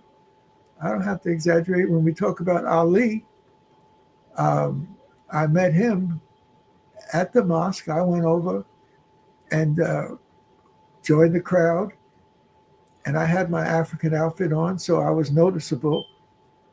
And then Ali's brother, who was his bodyguard, saw me, and he reached out and he talked to me and said, are you here to meet and greet? And I said, yes. And so he allowed me to come in and greet Muhammad Ali, which I did. That was one relationship with him. And then later, I had a chance to go to Congo to take care of some business. And who was in the Congo? Somebody called Muhammad Ali. Not the Rumble in the Jungle. That was Manila. This was his great odyssey in the Congo. I was at the Hotel Continental in Kinshasa, Leopoldville. And my wife and I were there I had business about our program and the Crossroads Africa program. And Rosalind was resting, and I was trying to take a shower, and I heard somebody singing. He couldn't sing. And so I told my wife, I said, he's making a lot of noise, but he sure ain't sounding right. And so, that was my little quick unnecessariness. And then so later, when I was going out of my room and he was coming out of his next door, I looked up and saw him, and it was Hugh Masekela. Wow. And you said he couldn't sing? In other words, when I was listening to him, he was, but of course he could play. Right. Now, Hugh Masekela was there for the fight. He was in charge of, when I later talked to him at another venue, he said, yes, I remember. He said, I was in charge of the entertainment. And when they had the injury to one of the fighters, that delayed the fight. So I had to add more entertainment. And some people couldn't stay more than 2 or 3 weeks. And so they had to go back. But he was explaining, his particular role in the struggle. But the biggest thing with Hugh was that I had a chance to meet with the Pan-African leaders in the different venues, whether Ethiopia, whether Cairo, whether Accra, whether Dakar. And one of the great meetings was in South Africa. And this was necessary because South Africa, we fought for Nelson Mandela and Winnie Mandela and all of that. And so South Africa was targeted for special treatment. So 2,000 Black leaders, one of the biggest meeting of Black leaders in history, were together in South Africa in an area that looks like Atlanta. I call it Atlanta. It's named after Mandela now. It's Mandela Square. And but we were in this big conference center. It was just like Atlanta, where you got these big hotels that can have attached to them all these big centers. And so 2,000 leaders from the Black world were together. And I had a special seat next to the bigwigs. I had a special table. And next to me was Mugabe, who was one of the leaders of the thing, and other leaders. And not too far away was Dinkins representing Black America. And you had some of the leaders from the Caribbean. You had a representative from Cuba, a representative from Brazil and Bolivia, etc. And then the table that I was at was right in the middle of everything. And so when they brought out the entertainment, there was a beautiful sister imitating Miriam Makeba. Then the curtains closed. And then they opened up again. And there was Hugh Masekela in the flesh. Wow. And he tore the place up. People was up. Mugabe was up dancing. I was up dancing. Oh, my goodness. My buddy from Trinidad, who had had a heart attack and stuff, and he couldn't stop dancing. I said his wife going to be mad at me because he danced his way all across the whole floor from Trinidad and Tobago. He's used to these type of celebrations. And so that was one of our greatest movements. I have a picture of myself in one of the African magazines where I'm surrounded by the delegation from America and the Caribbean, and I have the picture of the Renaissance Monument, that enormous building, complex built in Senegal. And even Senegal didn't bring a copy of the monument, but everybody, they wanted to borrow mine so that they could properly show it. But the Renaissance Monument is the victory. African peoples from the different ideologies have built a monument to Black power, to the Black future, to Black people, to Black future. It's the tallest monument of its kind. And in it are the great works of our great leader, Cheik Anta Diop. And that's why I have a chance to show this particular volume, which is in French, and it's Civilisation ou Barbarie. This is the original copy that I took, that I had in Paris to translate. Dr. Clark gave me my orders. He said, we can't wait 20 years for this to be translated into English. You need to take a sabbatical leave and go translate it. And, following my elders, I took that as a responsibility. But I said, Dr. Clark, we're expanding the Black Studies program, dealing with all of these activities. I can't go in 1980. I said, and I can't go in 81 because we got to go to Egypt. And 82, we took 1,000 people, a big crowd to Egypt. So I said I can go in 83. I went in 82 or 83, but I couldn't go when he went. And I spent the year. The responsibility was to translate this book by this revolutionary leader. And I was successful, except that when the first 100 pages of the book is Diop talking to the scientists of the world. So in order for me to get into scientific French, I had been there, I had gotten a certificate from years before that I was proficient in French, and I passed all the exams that they gave me, the first American in 15 years to do so. But now I'm dealing with this scientific data and names. I had to get 40 books to even begin to seriously deal with it. Wow. So finally, I opened my big mouth at the World Council of Churches. I was there as a consultant. And I said to the man who was in charge, Dr. Philip Potter, that I'm not satisfied with the world bodies of churches helping out in the struggle in South Africa. I said the churches need to do more. And so Philip Potter said, Dr. Jeffries, if you don't think we're doing enough, I'm going to put you in charge of a task force to deliver more aid to South Africa and Southern Africa. And so my heart was jumping for joy because I could take this book and put it on the shelf because I was sinking in deep water with this.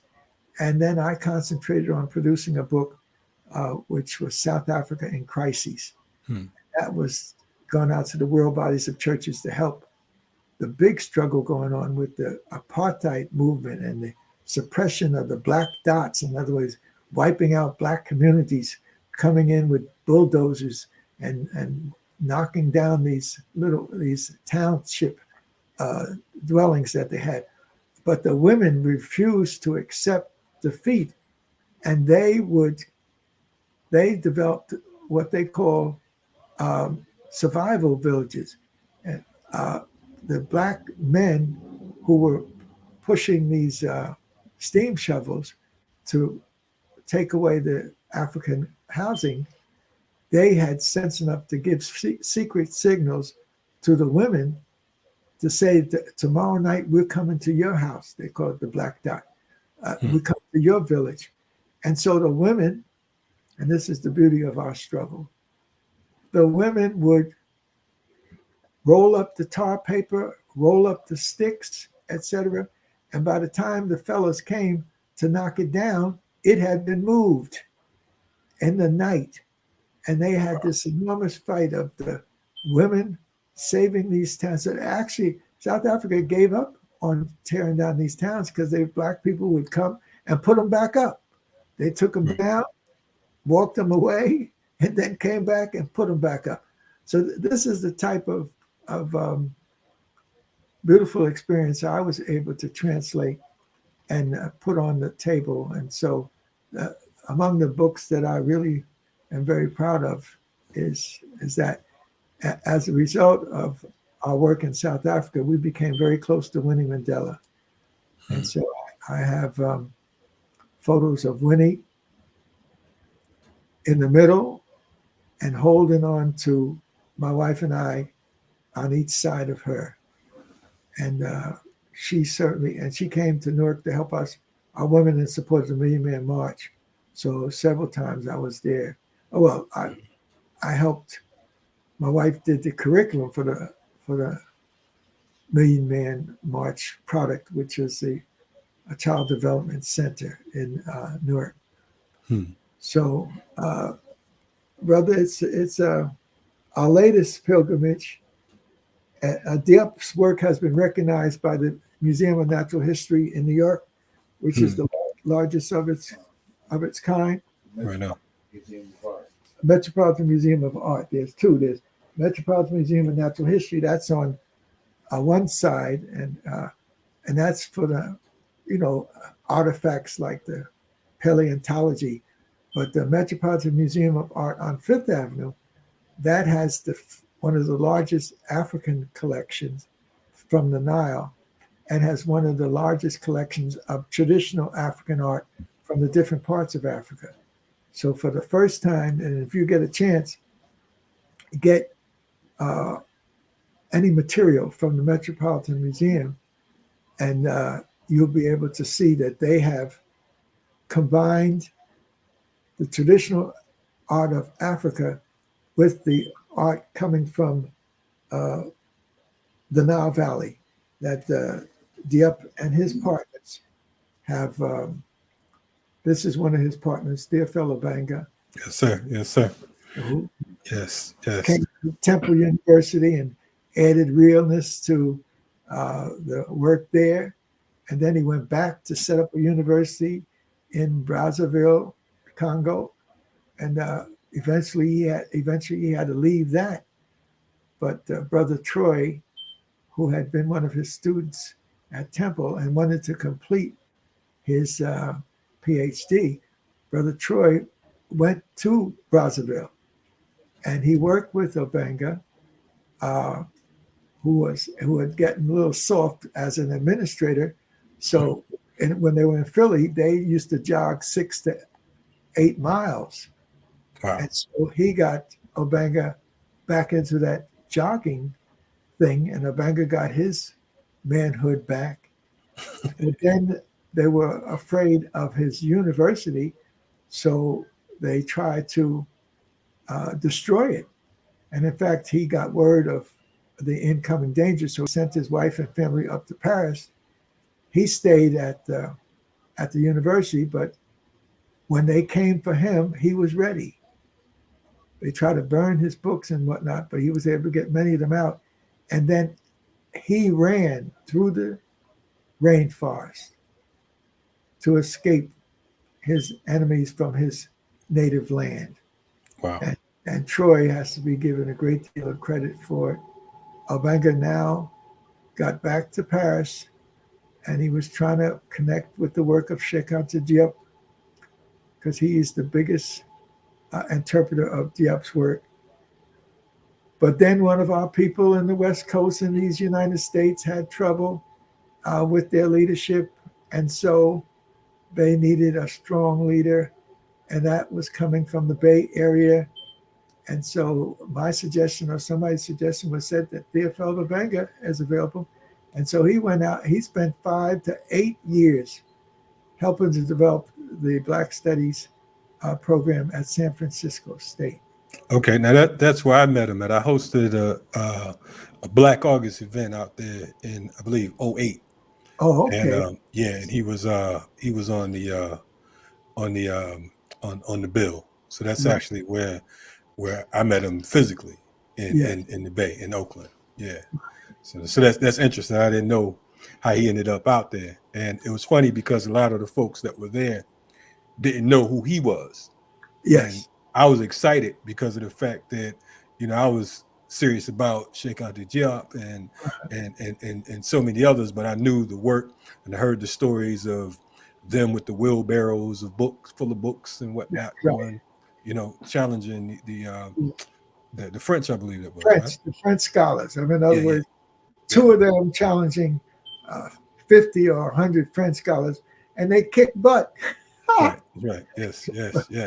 So I was excited to meet him, and I think he was kind of surprised that I knew who he was, because I was looking like militant man, with the fatigues and everything on. So, but yeah, no, that's real interesting that you said that's how he got out. I always wondered, how did he?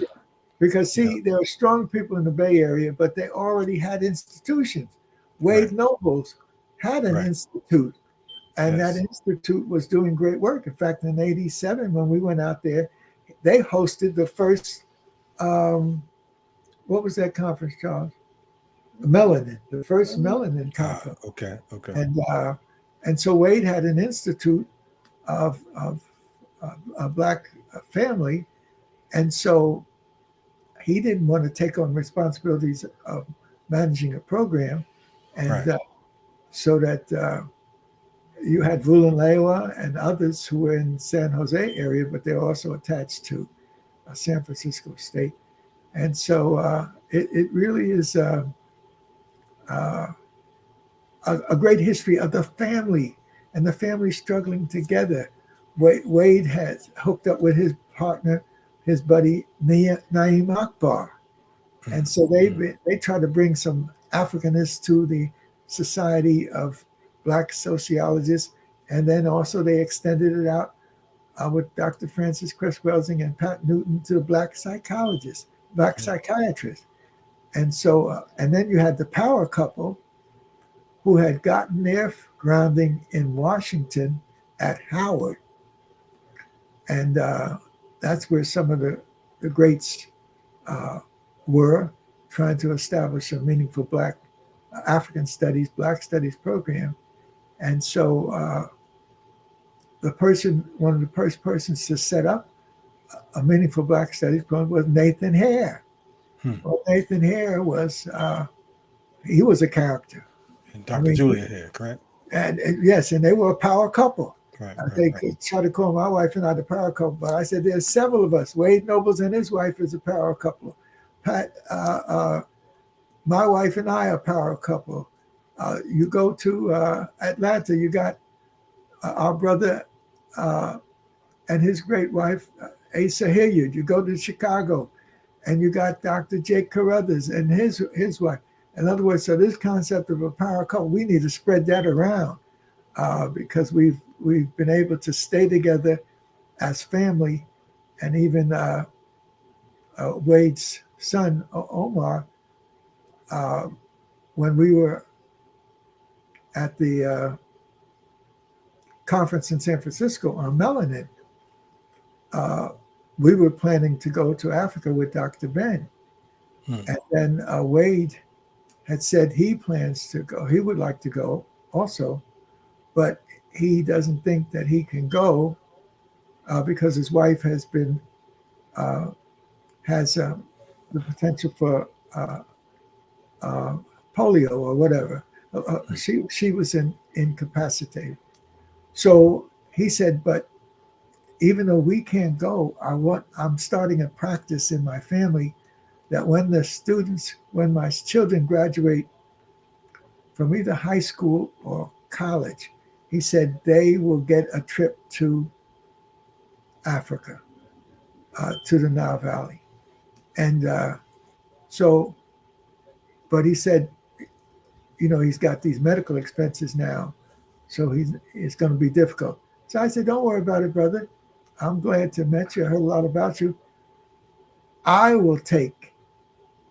We will take your children to Africa. So his oldest son was ready, Omar, and so we took him. He wasn't the oldest son; he was one of the sons, and we took him, and we have adopted him. So we're the uncle. He calls me Uncle Lenny, and Charles knows that we just sent him some ducats to handle a big problem he's dealing with, and then he's going to help me put together a trust because we have so many books and art and thousands of books and art and whatnot that we need a trust. This foundation we have is not enough. And so the Noble family, they made sure that their children and the girls got to Africa. Wade maintained his institute, and then even when he moved to Texas, they have continued the work. And one of the great things was that we had a big conference organized by the Senegalese, Professor W.E.B. He's a professor, but he's also the president of Senegal. He was, and he took on the task of having another world conference, and they asked me to help round up African Americans and African Caribbean people. And so we got 45 people to go as presenters or backup presenters, and we had several hundred go to participate. And part of it was the inauguration of the Renaissance Monument, this unbelievable, humongous statue, larger than anything else in the world, in which the African truth is manifest, not only in the structure itself. The Koreans built it, Africans designed it, and it's the rise of the black man leaning on his rock, the black woman, and holding up to the creator and the creation, the black child. Right. And so it's a very powerful image, and you can go inside of it. Wow. Okay. You can take an elevator up 16 stories. Wow. Into the mind, the head, and that head is so large that 35 or 40 people can be in there looking out at the area around Dakar port and airport. And the beautiful thing is that there was an exhibit under tents outside of this enormous statue, first of its kind, the only one of its kind.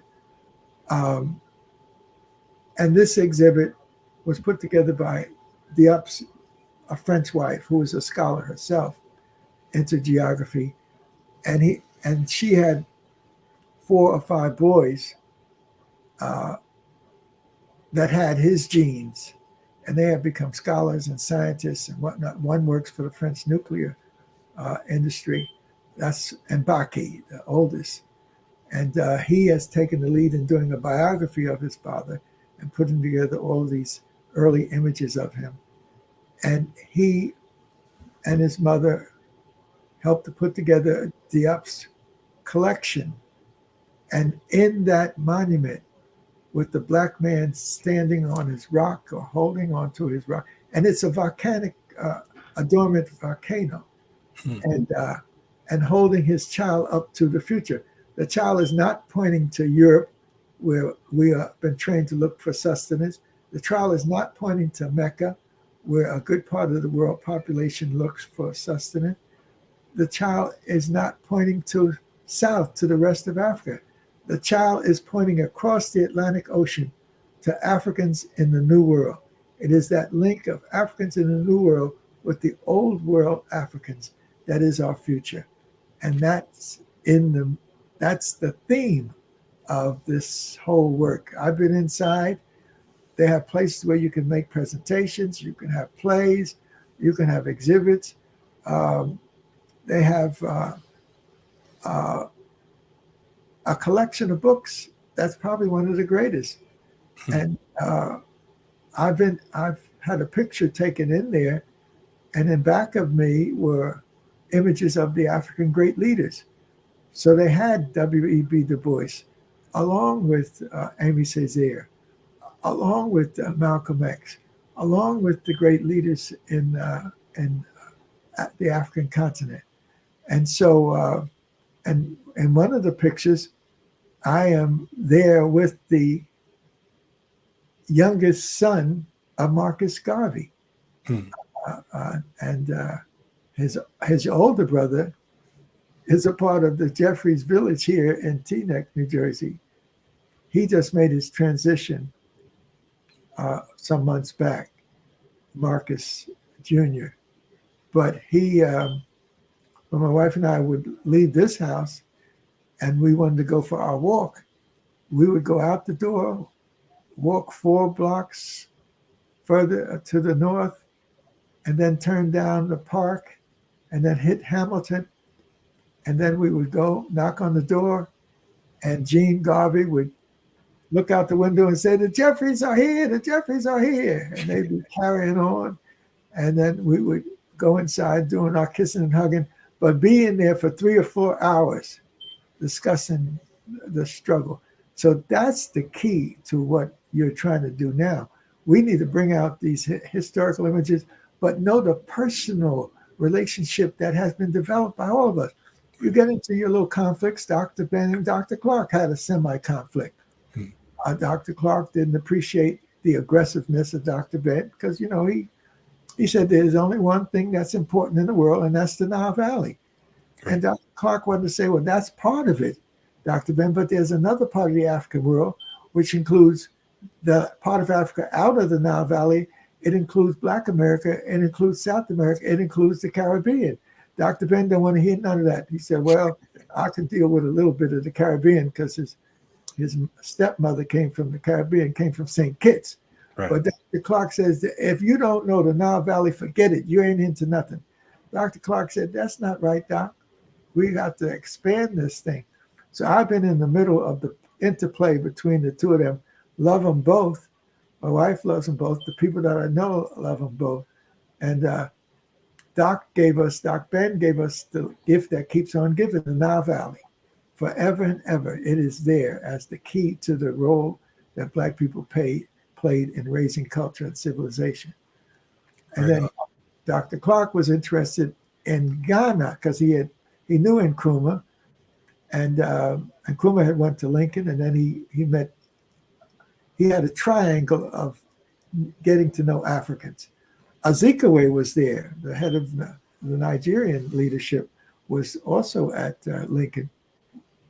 And our brother Kwame Nkrumah went to be a preacher. He wasn't thinking nation building, but once he got there, the explosion was happening in Ethiopia and other places. This African and the 5th Pan-African Conference actually was planned. Then Nkrumah expanded his consciousness. And so Dr. Clark had met him in New York because there was a triangle of knowledge that Nkrumah was involved in. He would be at Lincoln, where you had this tradition of Black Americans and folks from the Caribbean getting an education, just as I mentioned, the Nigerian leader. But he needed to know he needed to move through Nkrumah, through this triangle, the foundation of which was Howard University. And Howard was trying to put together scholars like Leo Hansberry and others, and eventually Mercer Cook and others, to deal with Africa.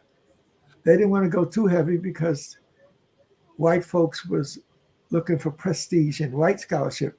Right. Well, Hansberry and others, they said, we got to look to the African world. And then part of their training in Howard was Chancellor Williams and his, the destruction of Black civilization, Right, and then right. the rebirth and whatnot. And so there was a struggle at Howard over who was going to speak for Black people. White folks decided that these Black nationalists were not going to do. So they picked a legitimate Negro scholar, and he was selected to be the head. And he turned out, he was good, but he was not nationalist. And so eventually they moved past him. But he has his series of works. And Harold Cruz was another one who was kind of in conflict with the African nationalist types. And in fact, he became the father of sociology. But eventually, Howard had to open up more. Dr. Mordecai Johnson, the president, he was interested in getting favors from the white moneyed community. So he didn't want too much Black nationalism on the campus, but eventually it began to grow. And one of the people that was a part of John Clark's, Cheik Anta Diop, he was a part of AHSA, the organization we set up to deal with ASA. And so they began to develop an Afro-American studies. In fact, at one point, I think when the brother who headed he was the first Black cabinet member, he became a leader of Howard. And Cheik, there's the Cheik brothers on the West Coast, that one was the head of Morgan State, another was the head of Howard, one of them came out of Claremont on the West Coast. And they all offered me some kind of positions. At one point, the guy that set up HUD, he said, I have 3 or 4 departments. You have your choice. Could be Afro-American studies, could be African studies, or urban studies. And then those are the 3 areas that I did have, my degrees in. And so, but I did not, go in Howard. I went to San Jose. Dr. Jeffries, we gonna have to bring you back again, because I know that we can go on and rock on, and you have about 100 people listening at your feet right now, as if we was at we was somewhere else. But I want to ask you, because we have about 5 minutes. But yes. one question I want to ask, if you can lay out for us, I would say the importance of our culture in revolution, because I think that oftentimes many of us get caught up in so many different struggles and ideologies, but it seems like when we talk about our culture, folks stray away and they come up with excuses, so on and so forth. So I would like you to, if you could, in closing, speak to that. Yes, I'll be glad to, because that is key. Culture is the key. That's why I use again that pyramid, where you have economics as the foundation for living on the planet. If you don't have economics, is your food, clothing, and shelter. Economics is what you have to have. Your productivity. If you don't have an economic capability, you're going to die. But if that economics just stands by itself, then you're not going to be able to manage it. You need politics. The politics is the management of your economic capability. So I teach in terms of systems analysis that the economics and the politics have to go together, but it won't service you unless it involves culture. So I use the pyramidal formulation that I have here: economics, politics, and culture. Culture is the deep values, and I used to put a circle and have spiritual values as the key. And so we have to have all three of those working for us at the same time. And if you do, then you can deal with the greater problems of putting nations together and deconstructing your slavery and imperialism and whatnot. And so, that's dealing with the culture is the key. But by culture, we mean more than shaking your behind. Now, ain't nothing better than watching an African behind, whether it's from the Caribbean or from America or from the continent. Yes, that is a phenomena. And it's certainly when Africans start to dance, they ain't gonna stop. They in it for seriousness. And it's usually a collectivity. You can't go to an African ceremony without wanting to get up, and they'll come and get you. And you can't say, well, I don't know how to dance. That rhythm starts moving through you, and you'll be up there just like everybody else. But culture are the deep values of how you raise family, how you create generational levels, how you tap into ancestral wealth and spirituality.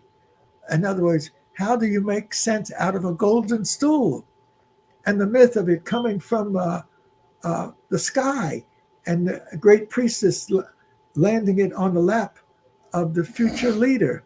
So they have this, the Shanti are so tied into that golden stool that there is an incident when the men were not responding enough when the British wanted to sit on the golden stool. So one of the queen mothers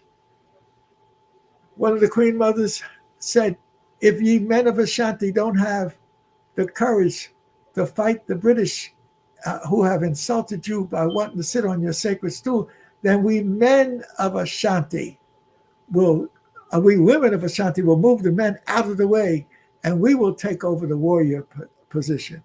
And so that becomes a whole deep tradition of our people, because we got our Harriet Tubmans, but then they got their Ya Asantiwa, and so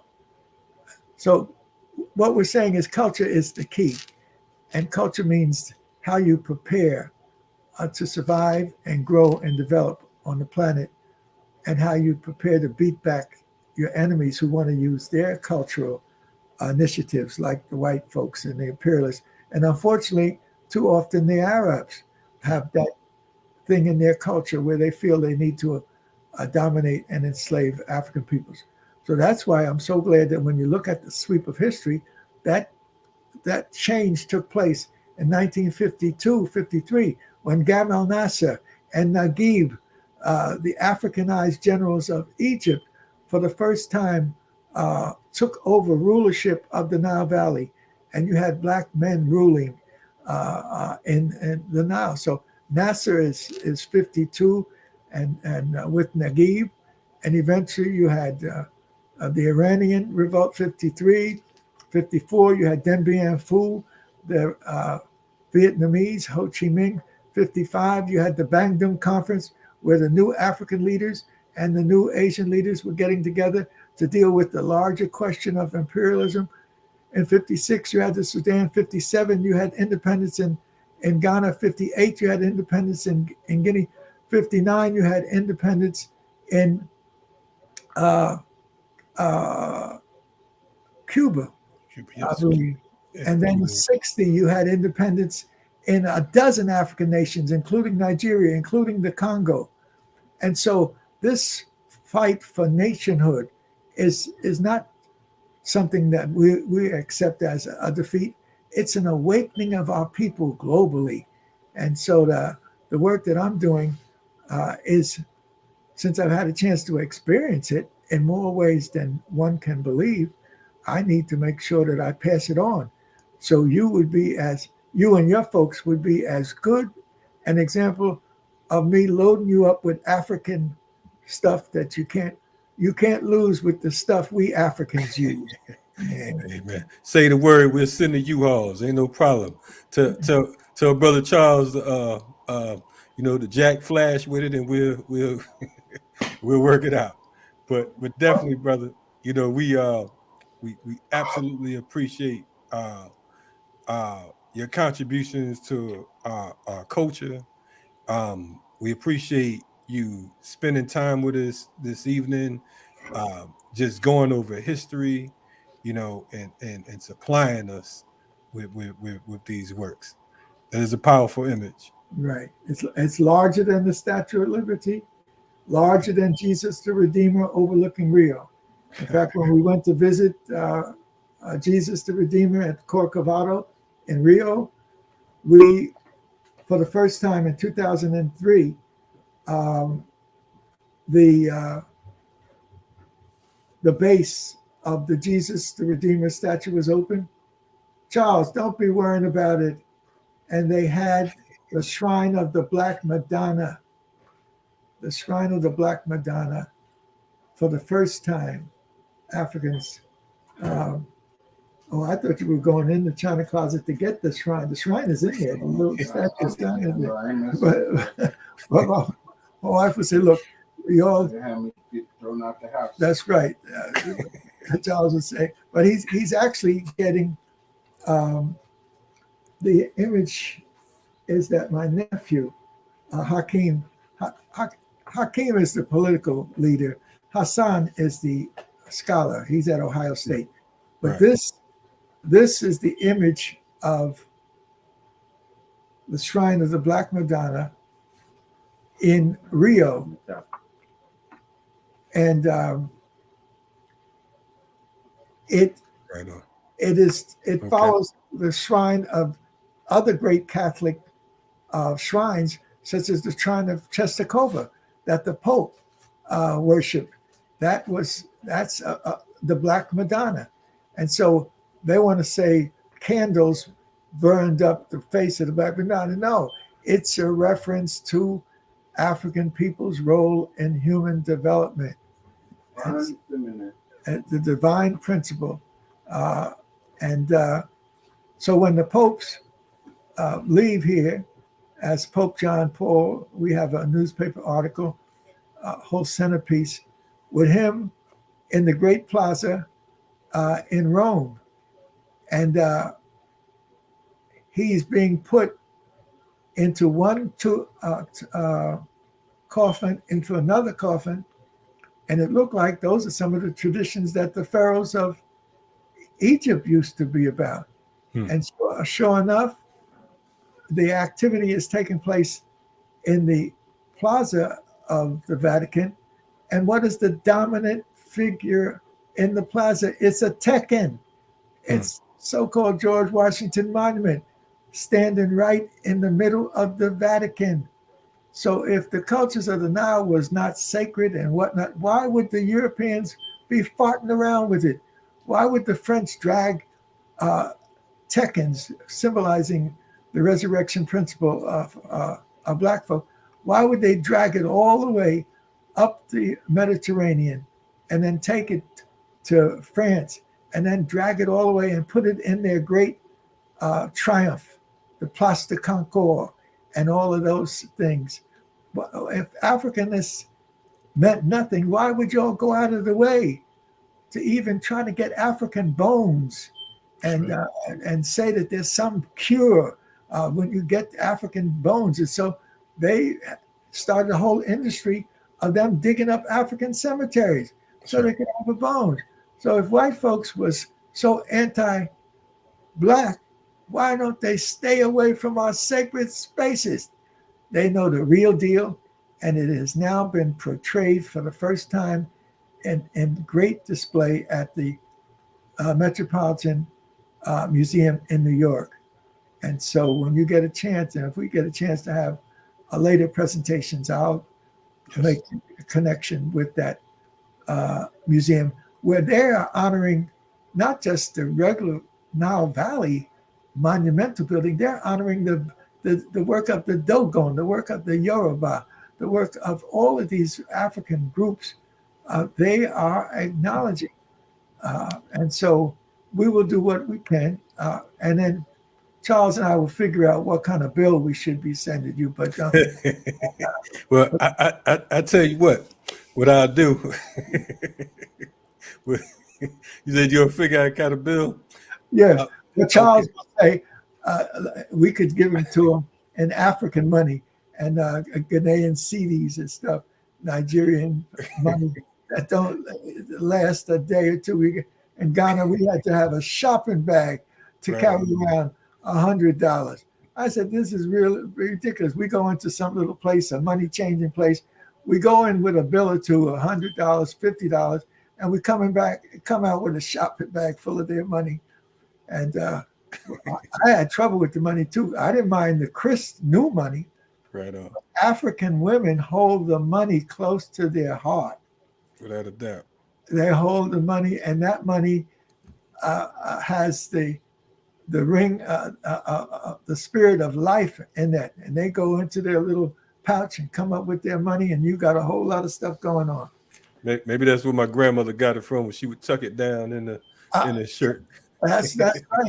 I believe that's African carryover. Right on. Anyway, Right on. brother, I feel Hey, brother. great we're able to have us on. I had to give Charles his kudos.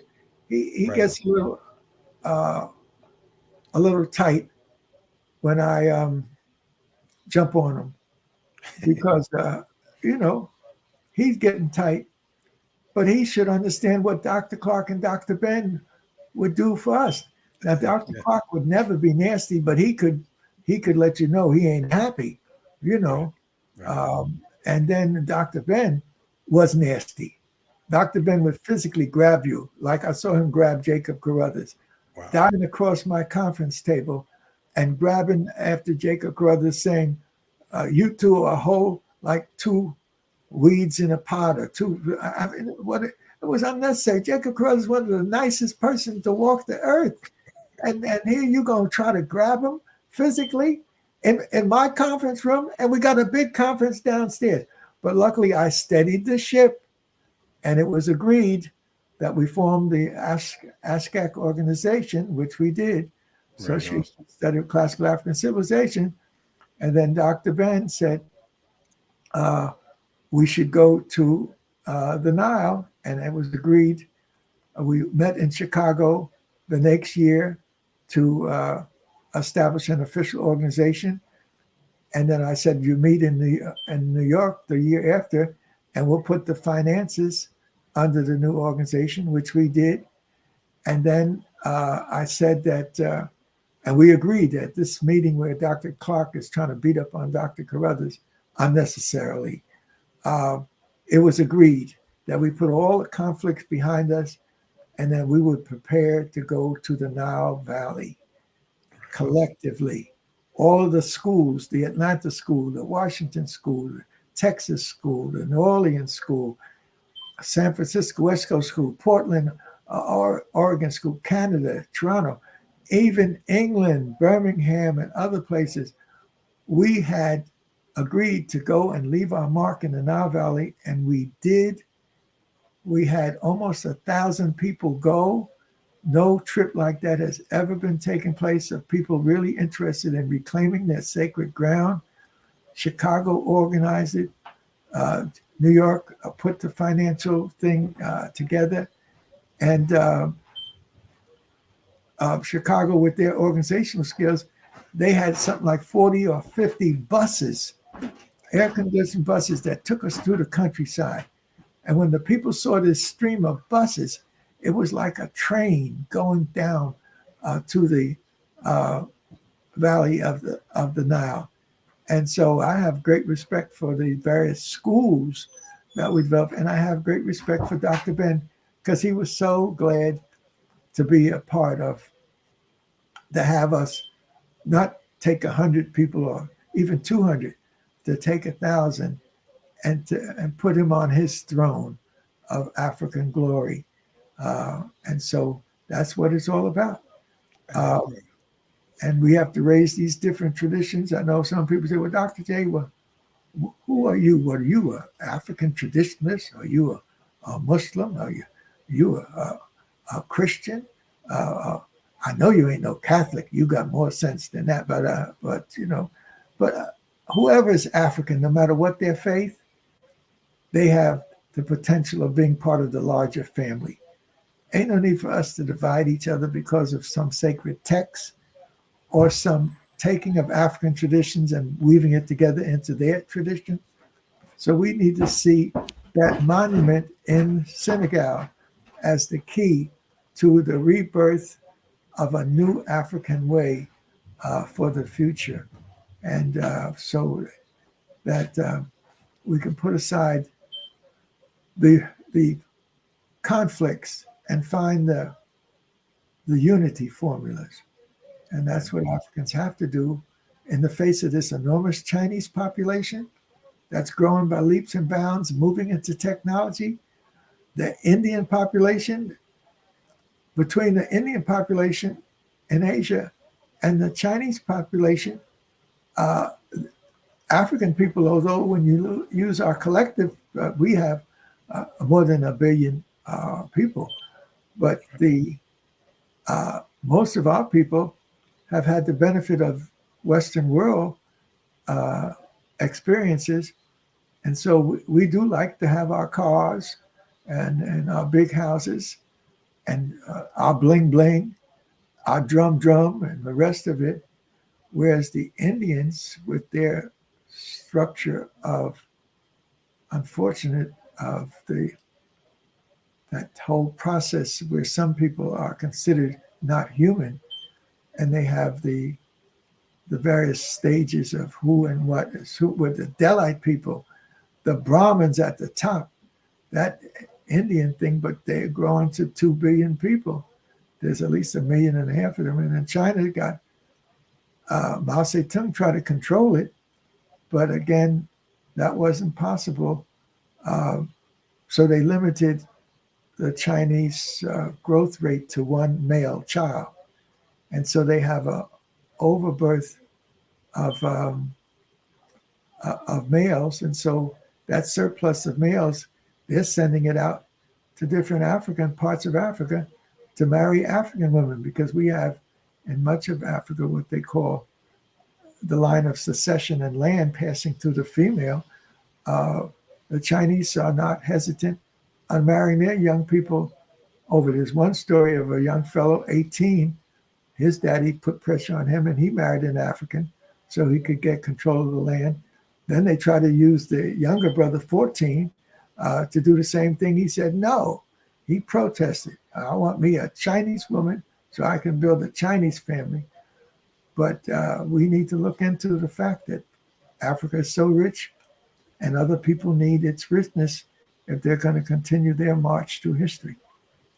Right on. So, brother, I'm leaving it there. But Doctor, before you close out, there was a question. There's a question in the chat. They were asking to clarify on Dr. Ben's mother. Is something you said something about her being Puerto Rican or Ethiopian. Could you clarify that? Well, Dr. Ben, and here he is. You can see how he can put that evil look and eye on you. So this is our Sons of Africa that we formed as a group that we had to pass the traditions on to. These are the scholar warriors, and you have to my right, you have Professor Small. Then you have Dr. Ben. At the center, you have Dr. Clark. And next to him is from the Caribbean, Professor Scobie. And then you have Dr. J. And all of us had our contributions to make. And all of us have made it. And so that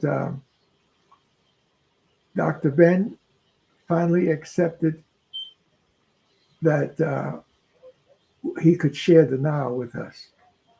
And so instead of beating us up, he brought us into the craft. Now, George G. and James had talked about the African, the debt owed to us. And Dr. Ben was going to say that that craft that George G.M. James talked about is still alive. And he has been given the authority to bring people into the craft. And into that craft, that meant following his laying out of what the craft is all about. And so many of us did join the craft.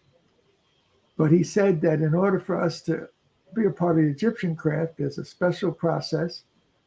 But in order to deal with the larger brotherhood, there's also a special process. So to give us coverage in the larger brotherhood, we had to become Masons, either through Prince Hall or Solomon, King Solomon.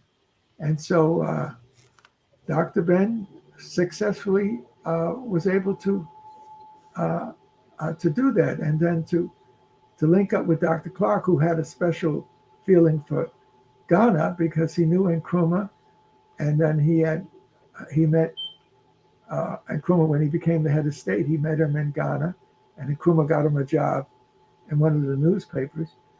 But Dr. Clark wanted us to see a larger Pan-African world. And they eventually, in a ceremony at the First World Alliance, which was a community forum which was copied all around the world, Dr. Ben pulled one of his surprises. He took his mystery system belt, this fantastic belt of gold leaf and whatnot, and he had a ceremony in which he put it on Dr. Clark.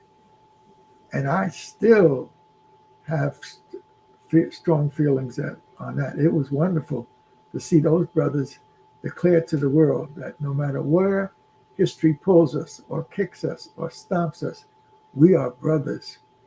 And with the brotherhood, you have a complementary sisterhood. And so Doc gave us that. Now, he was born in Ethiopia, of Ethiopian parents, I believe. You could look at Dr. Ben. He's melanized. He got full lips. There's no mulatto in him. Okay? His father was the ambassador of the emperor before Haile Selassie. And his father's responsibility was the Western world, including the islands of the Caribbean and Brazil. But once Haile Selassie came to power, the father no longer was a member of the diplomatic corps of Ethiopia. And since his base had been the New World, he stayed in the Caribbean. But at one point, I believe, he remarried. In other words, he found a person he could love and care for in the Caribbean, in the Virgin Islands. And so this became the second mother. I'm not going to say stepmother. Africans don't do no stepping except when they're doing their dances and stuff and their ritual or performances. He took a wife. The birth mother of Dr. Ben, I believe, may have passed. He took a second wife, and she was from the islands. And she raised Dr. Ben as her own, which is the tradition that's in our cultures, whether Native American, whether African West Indian or whatever. She raised him, and he loved her as his mother. He had a picture of her that he carried close to his heart most of his life. I had a chance to see that mother, and she looked like my biological mother. She was light and bright, and she had visions for her son. And so Dr. Ben I'm not going to say anything about it until I talk to his oldest daughter, Ruth, and then let Ruth put the official stamp out. There, Ruth has, Dr. Ben had a set of twins, Ruth and Naomi. And the one who was heavily melanized was Ruth. The one who had a lighter shade of glory was Naomi. Ruth was the oldest of the twins, and she took over like Dr. Ben. She's taken over Dr. Ben's collections. She told me she has, and I was glad to hear it, that many of the original manuscripts of Dr. Ben and special things she has. It wasn't destroyed. We thought it might have been destroyed, but it was not. So I'll talk to Ruth about just this thing. But please don't go on the airways around the thing and say Dr. Jeffries said this about Dr. Ben and his mother and this and that and that. But let's be family and put some of this truth out so we can prevent confusion. African women are the mothers and fathers, are the mothers of the universe. And so they mother the people we call fathers. So Dr. Ben knew the centrality of the mother principle, and he was an example of it, that the woman who raised him was his mother and gave him the vision of loving African peoples, whether they come from the Caribbean or from Black America or from the African continent. So, brothers and sisters. Hey, man, this is Class with Dr. Jeffries. For folks who do not know, you know what I'm saying? This is a very special treat, I will say. You know what I mean? This is someone that, like I said, just sitting in audiences throughout time, throughout my growth, I wouldn't imagine that I would be sitting here interviewing this Baba on his works and his energy and his effort, and it's the legacy of the great ones. This is Dr. Clarke's one of his many books. You got to have these books in your library, even if you don't read them, look at them. Even if you don't read them, just put your hand on them. This is Africans at the Crossroads, and certainly we're at the crossroads. We've been at the crossroads for the last 100 years, and before. But there is a future. Notes for an African world revolution. Right. This is this brother who could be one of the sweetest brothers in the world. He's talking about revolution, the unfinished revolution of Nkrumah, the unfinished revolution in Kenya, the Mama, the unfinished revolution of Malcolm, the unfinished revolution of Patrice Lumumba. And so when I saw a tape of Dr. Clarke laying out his belief system, as close as I've known him in all these years that we have been partners, my mouth was opened up wide for his analysis and whatnot. So you're talking about twin pillars of Africanness in the New World. It's Dr. Clarke and Dr. Ben. But both of them love Black women. Dr. Clarke was writing articles on the Black woman in history. Dr. Ben says there's nothing else better than the Black woman. So we're not talking about worshiping and putting and prostrating before men. We're talking about doing that for the African family. And that's where the big difference is. That's where the rubber meets the road. Whether you can understand and appreciate that you've been blessed, that this is a blessing. It's not a curse. And it can be used in all kinds of ways. You can go the Muhammad Ali way. You can go the Stokely Carmichael way, Black Power. You can go to Wakanda, a movie way. And this is the sacred crossing of the heart for the African burial. So don't think that this Wakanda is something new. They actually used something important in our history and made it so Black people went to the movies like I have never seen them go. I've been going to the movie ever since I was a little kid, watching the cowboys and Indians and all that mess. But this movie, Wakanda, I saw 4 or 5 generations together going to the movie. The granddaddy, the grandmama, the mama, the daddy, the younger children, etc. I mean, no matter what you say about Wakanda, it wasn't this, it wasn't that. It moved us internally and psychically in ways that we have not done except for through our music, like brothers and sisters who can get and sing. Like, what's my favorite, Charles? Sweet love. Hey! A.B. Anita Baker. I know you're talking about Anita Baker. In other words, I played sax for 10 years, 12 years. I had an alto and a tenor, so that Coltrane and the rest of them, and how they used music and whatnot. And then the fact that we had a little place called Motown in Detroit was, so we need to tap into this thing. In Detroit, they had Barry Gordy's home, a mansion. There's an area which has all these mansions. He was there. And then his guest house was a mansion.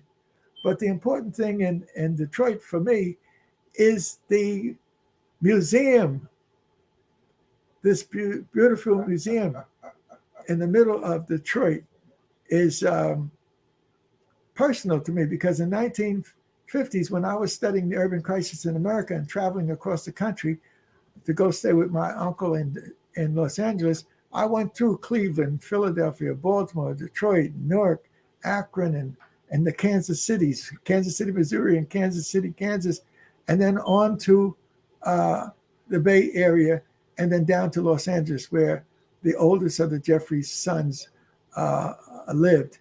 And the beautiful thing was that this David was, the oldest son was a Mason. And then he had also found a job that he had for 50 years. They had given him all kinds of awards and whatnot for 50 years. And then my mother and them used to go out to visit.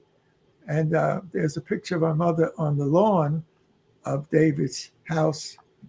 And that picture is similar to Dr. Ben's mother's picture. I'm going to ask Ruth if they still have that picture, and then I'm going to compare the closeness of my mother sitting on the lawn of Uncle David's house and Dr. Ben's mother.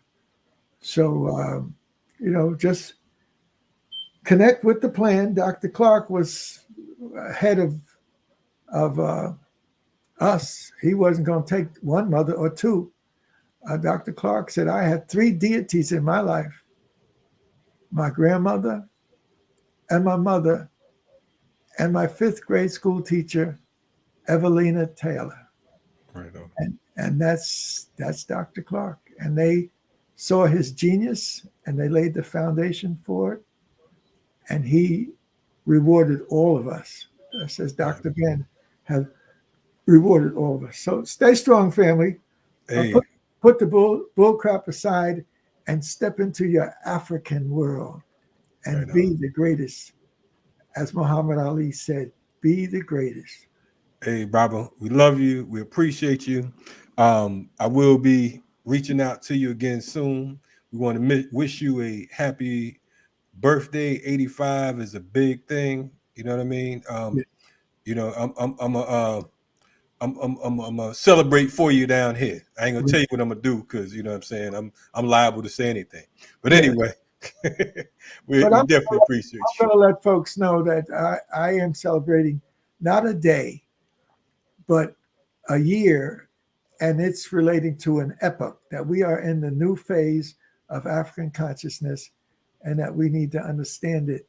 And so I'm going to notify as many people as I know that we'll be raising monies to make sure that these projects that we have can be followed through, that we can save Clark House, and that money. I just had a talk for 2 to 3 hours with an African brother who I thought was in America. And in those 2 or 3 hours, we had gone over history like I've never gone over it with anybody. He's doing his PhD on African history. Right on. And I thought he was in Wisconsin I thought he was in the Chicago area in Evanston, Illinois. But no, he's in Ghana, and he was trying to connect me and Dr. Clark with his mentor, and that's Charles, our brother from Nketia, Dr. Don Nketia, who is his uncle was a good friend of Dr. Clark. And so Nana Nketia is his advisor. And it was Nana Nketia told him to try to make contact with Dr. Jeffries. But I thought the brother, he was as clear as if he was in one part of my house talking to me. And but he was in Ghana, and he wants to go on to Ohio State. He's applied to get a teaching position there.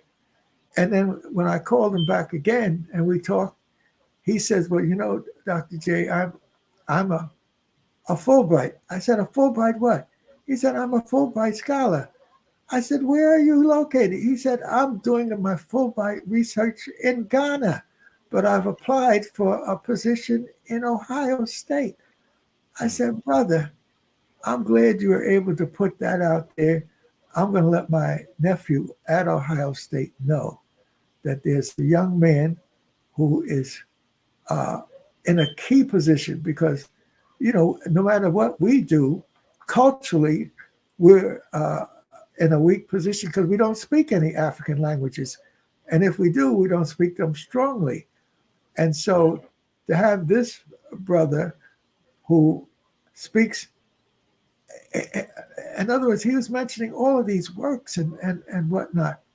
I said, brother, I've adopted you. Charles doesn't even know.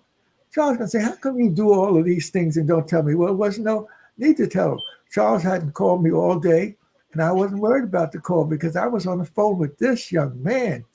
And he's been in my phone, and he had talked to me once before, but he said, Dr. J, I'm in. Right, talked to you a few times. Huh? The young fellow? Yeah, he talked to you a few times. Yes, but he's just. Research. Yes, he's look. If we had 100 of him, they could turn Africa upside right. You know, it's been pushed over, stomped on, and messed with. But this brother is. I said, look, I'm asking him to go get things. I said, well, check on Nigeria, Azikiwe. And he goes and puts it in the computer. And I said, well, where did he have his schooling? And then he comes up with Livingstone and not Livingstone, outside of Philadelphia. But Lincoln, he came from Lincoln. And then I asked him, I'll put in Dudley Thompson. Dudley Thompson is one of our adopted uncles. And his children, his grown children, call me Uncle Lenny. But Dudley Thompson, all of y'all out there who can hear my voice still, look up Ambassador Dudley, Dudley Thompson, Thom, whatever, SON. Yes. And he adopted me as his protege.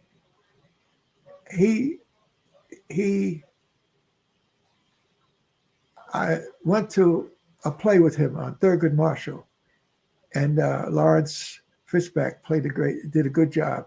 And after that play in New York, he said, you know, Dr. J, we're born on the same day. I said, what are you talking about? He said, I'm born January the 19th like you are. And from that point on, we became like uncle and nephew. He's one of our greatest exemplars of African family. He was close to Jomo Kenyatta. He helped save Jomo Kenyatta and the Mau Mau movement personally. Right. Jomo Kenyatta loved Dudley Thompson. Julius Nyerere, same thing. He became the minister for Jamaica in terms of African struggle. And so he became the ambassador. Dudley Thompson went to London. He was a Rhodes Scholar during the World War II. He was an RAF pilot blowing German planes out of the sky. And then when he finished that, he came back and went to Oxford or Cambridge. He became a Rhodes Scholar. I call it Rogue Scholar, meaning the Cecil Rhodes, who try to mess with African peoples and steal their wealth. But this Dudley Thompson is a person that when we get a chance to talk again, to show how wonderful his deep roots in the Caribbean. He was born in Panama because his father was with the folks from the islands of the Caribbean helping to dig the Panama Canal.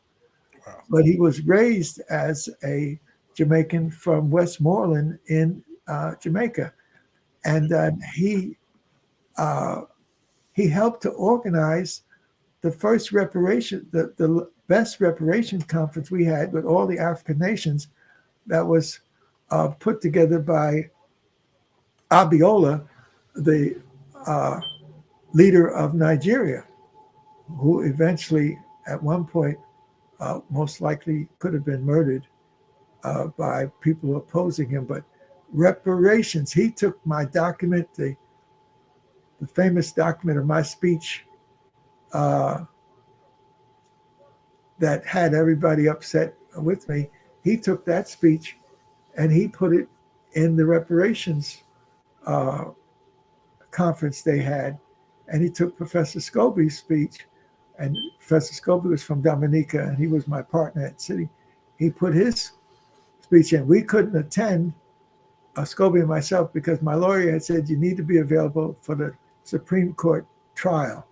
And so, but Dudley Thompson made sure we were there by putting our work in. So these are the type of things that should be shared. Hey, Dr. Jeffries, yes. we gonna definitely bring you back for round 2 because I got about 1,000 more questions, but we ain't gonna do it tonight though. So what I am gonna do is I'm gonna say definitely, we appreciate your work. Well, farewell, family. It has been great to know you, and make sure you don't go through the world empty-handed. Make sure you put the victory in hand. And so if you do not have this book as a part of your warrior weaponry, you don't have anything. This is a brother born and raised in Mississippi. He beat the miseducation of Mississippi education. And then he went up to Atlanta. He got into the elite leadership organization of Morehouse. And then he went from there to New York, the Big Apple. And he got the education that the Jesuits give to their best at Fordham or St. John's. But for him, the real education was the African family. And he put together a team of people. He may have passed on 25 years ago, but his team of scholars from the Caribbean and from Black America are still producing his great work. And so even you can go into glory, but if you've left the right people behind to carry on your work, it will be meaningful. Right. I told all my students, make sure you have Blueprint for Black Power when you go through life. I told the sisters, you be especially proud to have your copy of Black Power.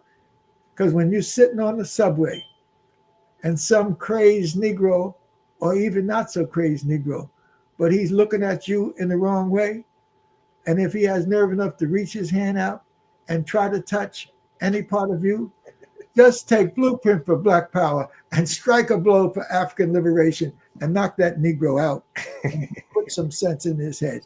Right on. That was me teaching my students. Hey, we brought the classes alive in City College. No and doubt. College. Yes. Listen, share the video, like the video. We're going to push it a little bit further. We definitely thank you so much, Dr. Jeffries, for joining us again. And we look forward to having you on soon. We'll have contact information so that folks can, contribute to any of your work. We'll get with Charles and we'll put it in the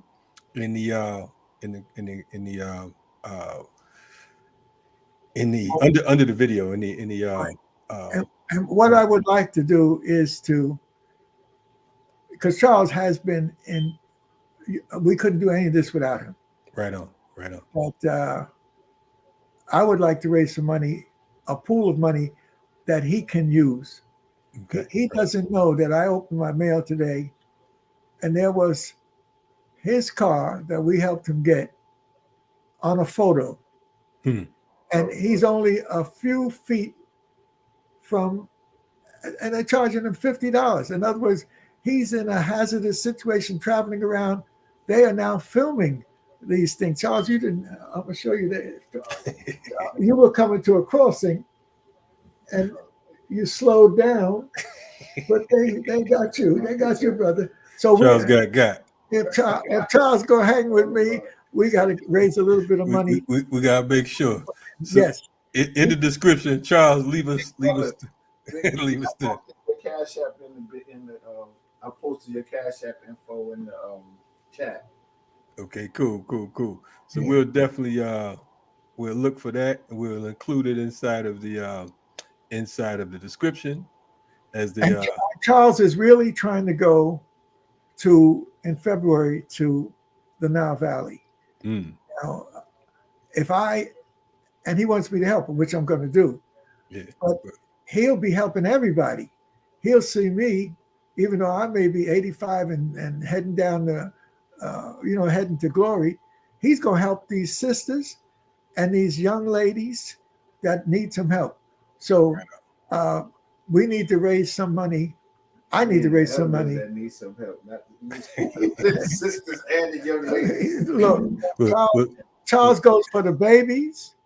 He goes for the young ladies. He goes for the invalid.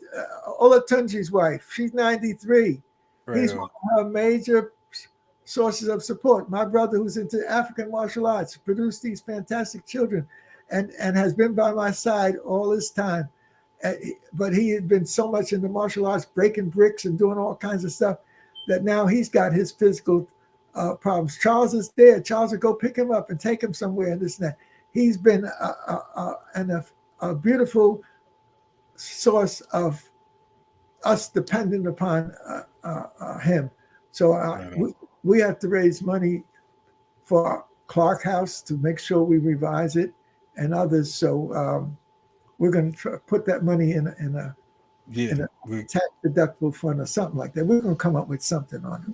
We're going to get all that information, put it in the section. And I'm about to go to sleep in about 5 minutes. I'm gonna leave you and Charles on here. You ain't gonna go to sleep because the white folks that are listening in, CIA and all these people say these Negroes think they got plans. We listen to all that they talking about, but that ain't gonna stop nothing. You so and so can keep listening all you want and get an education, but that ain't gonna stop us. God's chosen people. Yeah, he done put my business all out there. People in the chat saying, "But Charles, you out there getting tickets?" Yeah, he got you wanted on Black Power Media, man. I don't know, Dr. J. I'm gonna have to get you one of them T-shirts. Stop snitching shirt. Stop snitching.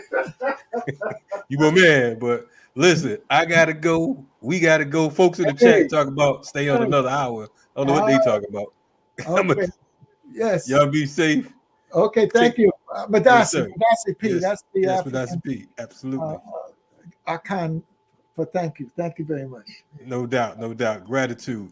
You've been checking out Dr. Leonard Jeffries and Brother Charles, who we just found out got a ticket. You know what I mean? So we'll talk about that later. We want to say we appreciate you all for joining us tonight on Riot Starter TV. Stay tuned tomorrow, 4 p.m. We have another program. We'll be talking about why Assata Shakur is relevant in 2022. Why Assata Shakur is relevant in 2022. We'll be joined by the editor of Assata Speaks, BB Angola. She will be joining us at 4 p.m. tomorrow. Make sure you tune in to the Remix Morning Show in the morning from 8 a.m. to 10 a.m. EST. We appreciate y'all. Riot Star TV, Black Power Media. Stay black.